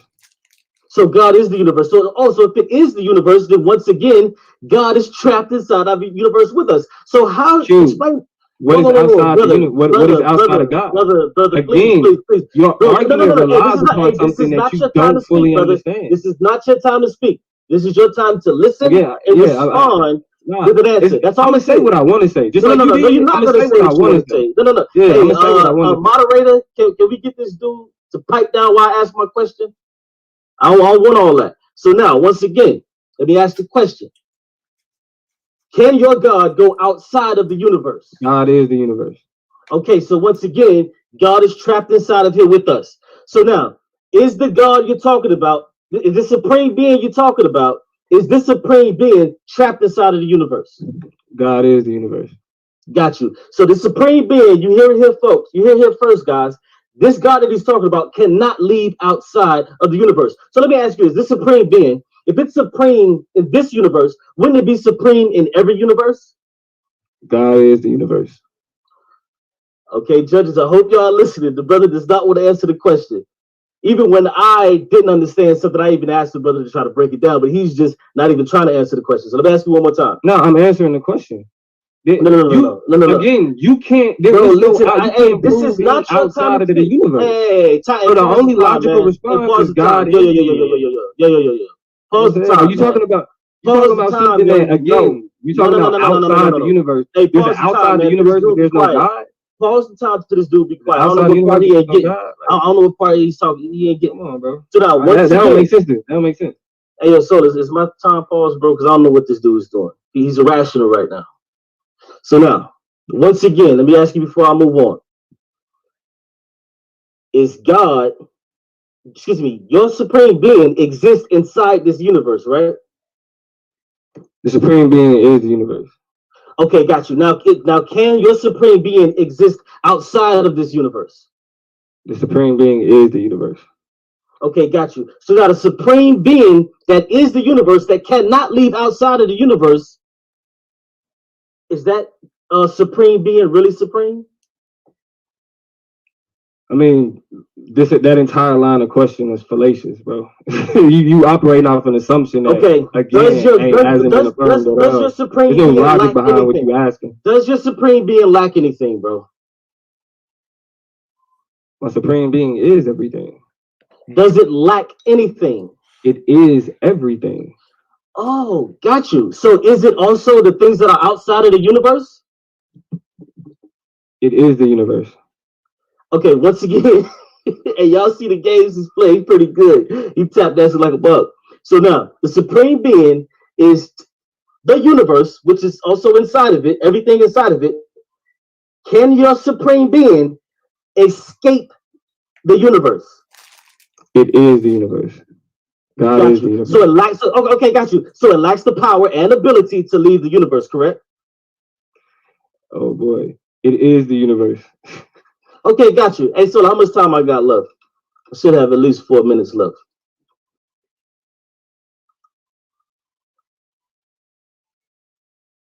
Thank you. And I might need 30 more for the brother interrupted so terribly. So now, the ontological argument states that you can imagine the greatest being, therefore it exists. Is that correct? Anselm makes something similar. Yeah. Is that the argument that you're using? No, I said that at the beginning. The framework that I laid down actually, and I can show you the slide if you want to see it. Because it's funny. What you said in your rebuttal. What you said. I mean, I can just respond straight up. I can just respond straight up. Yeah, I can just respond straight up. So what I said in my premise was that the epistemological failure of Anselm was that he approached it from an a priori perspective, based in the idea of proving a particular doctrine. That was his problem. So to remove that, we understand knowing God through a posteriori knowledge, not a priori. That was his mistake. So when you say imagining into existence, you're literally talking about going from the metaphysical, from thought, to facticity, to the physical. However, what I'm saying is, the argument that I'm making is that God is experienced on multiple levels in terms of how we interact with existence. Because God as the universe. Okay, gotcha. Okay, so now, gotcha. All right, so now, that's garbage. So now, would you agree that God is invisible, undetectable, unsmellable, and intangible? God is. Okay, brother, I'm gonna need you to answer some of these questions because it's looking kind of bad. I'm gonna ask you again. Is the God you're talking about tonight, is this God invisible, undetectable, unsmellable, and intangible? Would you agree with that? God is, bro. Okay, so if God is the universe and he's everything inside of the universe, then he should be able to be detected, correct? God is. Okay, the brother doesn't want to answer any questions, man. It's clear. God is. I'm answering your question. What God is, well, is God undetectable? No, God is definitely detectable. Okay, and what tool did you use to detect God? Eyes, ears. Oh, you use your eyes. Oh, okay. Did you use eyes, ears, brain, small, all of that? Yeah. Oh, so God is something that you use. Excuse me. You use your brain. God is reality, bro. God is again, as Spinoza broke down. God is the substance that makes up reality. Right. Or like again, our experiences are important because, like Descartes said, it is the experience of thought that gives us the foundation of our own existence. Okay, so what you're saying is that you can detect God using your eyes, nose, and brain, right? Yep. Now, is this God? Wouldn't that make you God? No. Oh, you're not God, so you don't live in this universe. I'm a part of it. So wouldn't you be God also? A part of it. Oh, so you're a part of God. Oh, so you're God. Why didn't you just save me some time? So now, this God that you talk about with this omnipotence, do you have any potential omnipotence? Do you have any of that? No, I don't have any of that. No. Oh, okay. So now explain to me, once again, let's go. Is there anything that your God can't do? Again, God isn't a question of doing. God is a question of is. Oh, okay, got you. All right, got you. So now when you was talking about the ability versus being all powerful, what is the difference between the ability to do something and having the power to do something? Well, I think we're using the word power in two different contexts. So I'm asking you, what's the difference, brother? The context that I'm speaking of is the totality of existence. So what is the difference between power, unlimited power, and unlimited ability? Excuse me? Again, the power that I'm speaking of in terms of the supreme being is the culmination of existence. What does that mean? The culmination of existence. So God, what you said? That's what it means. Okay. It means okay. God. So existence has unlimited power. Existence is. Okay. Does existence have unlimited power? Existence is. I understand that you think that existence is, but does it have unlimited power? Bro, I've already answered your question. like you're playing with this, like you're playing with words like power, but and you're trying to anthropomorphize something. Is God can't be understood. Is God bound by the laws of logic? God is, bro. Like God is the law. All right. Time. The man dance. He didn't want to answer the question. All right. Shout out to both debaters. It was a very interesting rapid fire round. We're going to go and close this thing out after a brief intermission. This is the Solar Vision Debate League.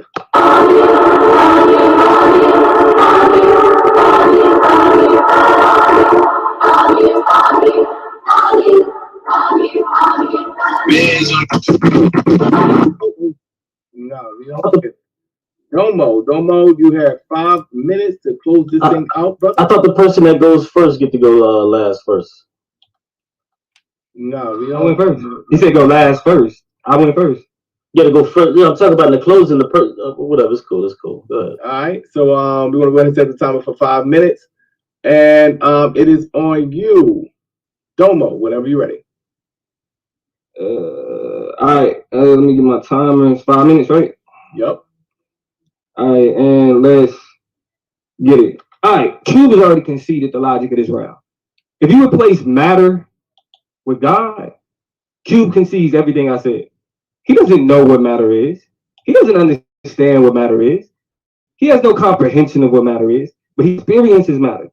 And it is his experience with matter that helps him understand what it is. Now, let's go back to what Spinoza described what God is. God is that substance that pretty much that holds reality.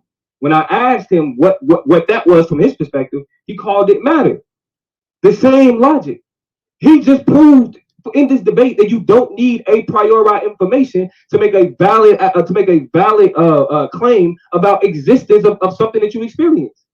You don't need the a priori. That's why I started this debate with breaking down an understanding of a posteriori knowledge, what we get through experience. He's already conceded that. So let's go ahead and work through the rest of the debate to show you why he done for it. First off, he really wasn't even peeping game in how I answered all of his criticisms in both my premise and my rebuttal. By the time he got to responding to what I said, he don't have the opportunity. This is it. He got 5 minutes to answer what I already said he was going to say and already responded to. Let's talk about this argument in terms of, oh, you trying to think God into existence. No, that is a question of a priori knowledge. If you go back to the beginning of the debate, you will see that I already stated that is the failure of Anselm's argument. What he did was he gave you Anselm's argument verbatim. I challenged Anson's argument and gave you a better way to understand it in ways that don't fall victim to the things that he introduced into this debate.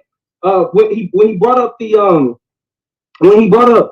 Kant saying God is nature, that's not what Kant was saying. What he don't realize is what I was trying to get him to see is that another criticism that I introduced into the debate of the ontological argument is Kant's argument that, like he said, you can't assume something into existence. And giving it that property doesn't automatically make it true. It has to, but what Kant says is that in order for it to be instantiated or substantiated, it has to be proven through the ways that those things are proven, which is experience. You prove God through experience. You prove God as the universe by interacting with existence. He has not refuted that. We know that Q got a beef with like all the Judeo-Christian guys, but hey, that's not what I came with today. That's not what we discussed. So on the question of God existing as the universe, there has been no refutation of why that's true. I mean, he brought up, well, this is what I think is wrong with pantheism, but he didn't refute any. He didn't offer any refutation as to why pantheism or how what pantheism or the universe isn't God. Ultimately, he tell you, well, you should have used this one. No, I stayed on top of that for the simple fact that to show how pantheism is a universal concept as it relates to many different religions. It don't have to be a part of my doctrine or my own personal belief. All the argument about the island, all of those things, I already answered it. They're not parallel. They're not parallel in logic, nor are they parallel in scope. When we talk about the ultimate being, the being of all, you can't compare that to an island and say, well, I can imagine an island. It doesn't work like that. That logic doesn't apply. When we talk about the scope, we're talking about the size of the universe. When we're talking about the parallel, we're talking about attributes. He can't give you the attribute of an island. I can give you the attribute or the attribute that makes an island greater than any other island or any island that can be imagined. But when we say God as the totality of the universe, we both conceded that that's not something that could be, the entirety of the universe is not something that could be understood. Now, he played with this omnipotence argument, but it's his weakest argument that he's making. Because what he's asking you to do is he's asking you to say, well, this universe or God that he's talking about is based in this idea. If he can't get outside of his own universe, then he's not real. Cube has no proof that there's a universe outside of this universe. So that logic doesn't even apply. Only thing we can confirm is this universe, which he already conceded to when he said that this universe is made up of matter. Or when I asked him what is the universe made up of, it's matter. So we both have a stasis point in understanding what we experience. And we both understood the importance of experience in terms of knowing. Cube hasn't experienced outside the universe to call into question anything. He's begging the question. He's saying, what if there is something outside of the universe? Then can God get out of it? Bro, God is the universe. We're talking about the totality. God is the limit. God is. That's the mistake he's not. That's the mistake he's making in his attempt to have this debate. This was what failed him, bro. All that practice that you did against the Hebrews and the Christians, it failed you, bro. It failed you. Nice videos though. Time. All right. Shout out to Brother Domo for the closing. We're gonna hand the thing over to Cube. It is on you, Cube. Whenever you're ready, brother. Yeah, man. So I don't know. It kind of went how I thought it was gonna go. The brother made statements. He said, you know, this is what I believe in. This is what I'm coming with, and he kind of shifted a little bit. It kind of went how I thought it was gonna go. So let me respond to something the brother was talking about, the matter. And this is kind of sad. Is that the brother is slapping God on matter and saying, "Oh, God is matter." Well, he runs into a problem with that when he says that there's nothing God can't do.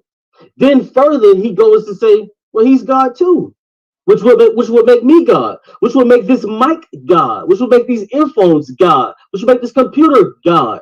That's foolish. The brother's saying everything is God. Then he goes on to say, well, God doesn't lack anything.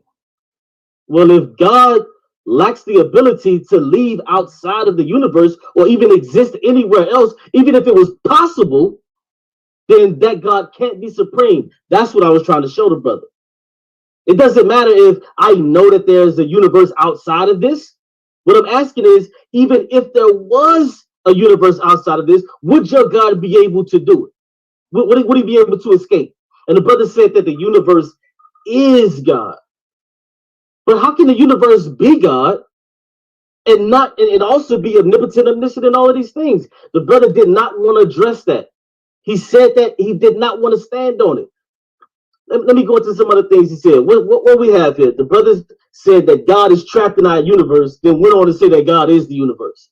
And see, that's why I like to play these videos, but when people say certain things, because they might listen back and be like, damn, I didn't mean to say that. And then go try to change it, which he obviously did, and that's fine. So now, what did I do? I killed the foolish ontological argument straight up and down. The brother's trying to say, oh, well, it doesn't only exist in your mind, it exists in experience. Okay, well, if that's the case, I can experience an island. I can experience an island. I know what an island has to offer. Okay, well, you said God is matter. Okay, well, God is matter. Then that means that, oh, okay, if I have to think about something, conceive something that's greater than anything ever, would it be this mouse? Like, come on, this is retarded. That's why the ontological argument fails. Now, yeah, he tried to say, well, I criticized you before you criticized it. I got all that. But the bottom line is that argument cannot go forward for the simple fact that he's begging the question that he has to prove God. He did not prove God whatsoever. There was no evidence. This was a thought exercise. I got you, and that's fine. But we need evidence. So, like my man Christopher Hitchens says, that which can be admitted without evidence can be dismissed without evidence. The brother brought no evidence. He's telling us, oh, well, if there's something supremely great that I can think of in my mind, and it also must exist. No, that doesn't mean it exists. And with that being said, man, appreciate it. He's dead.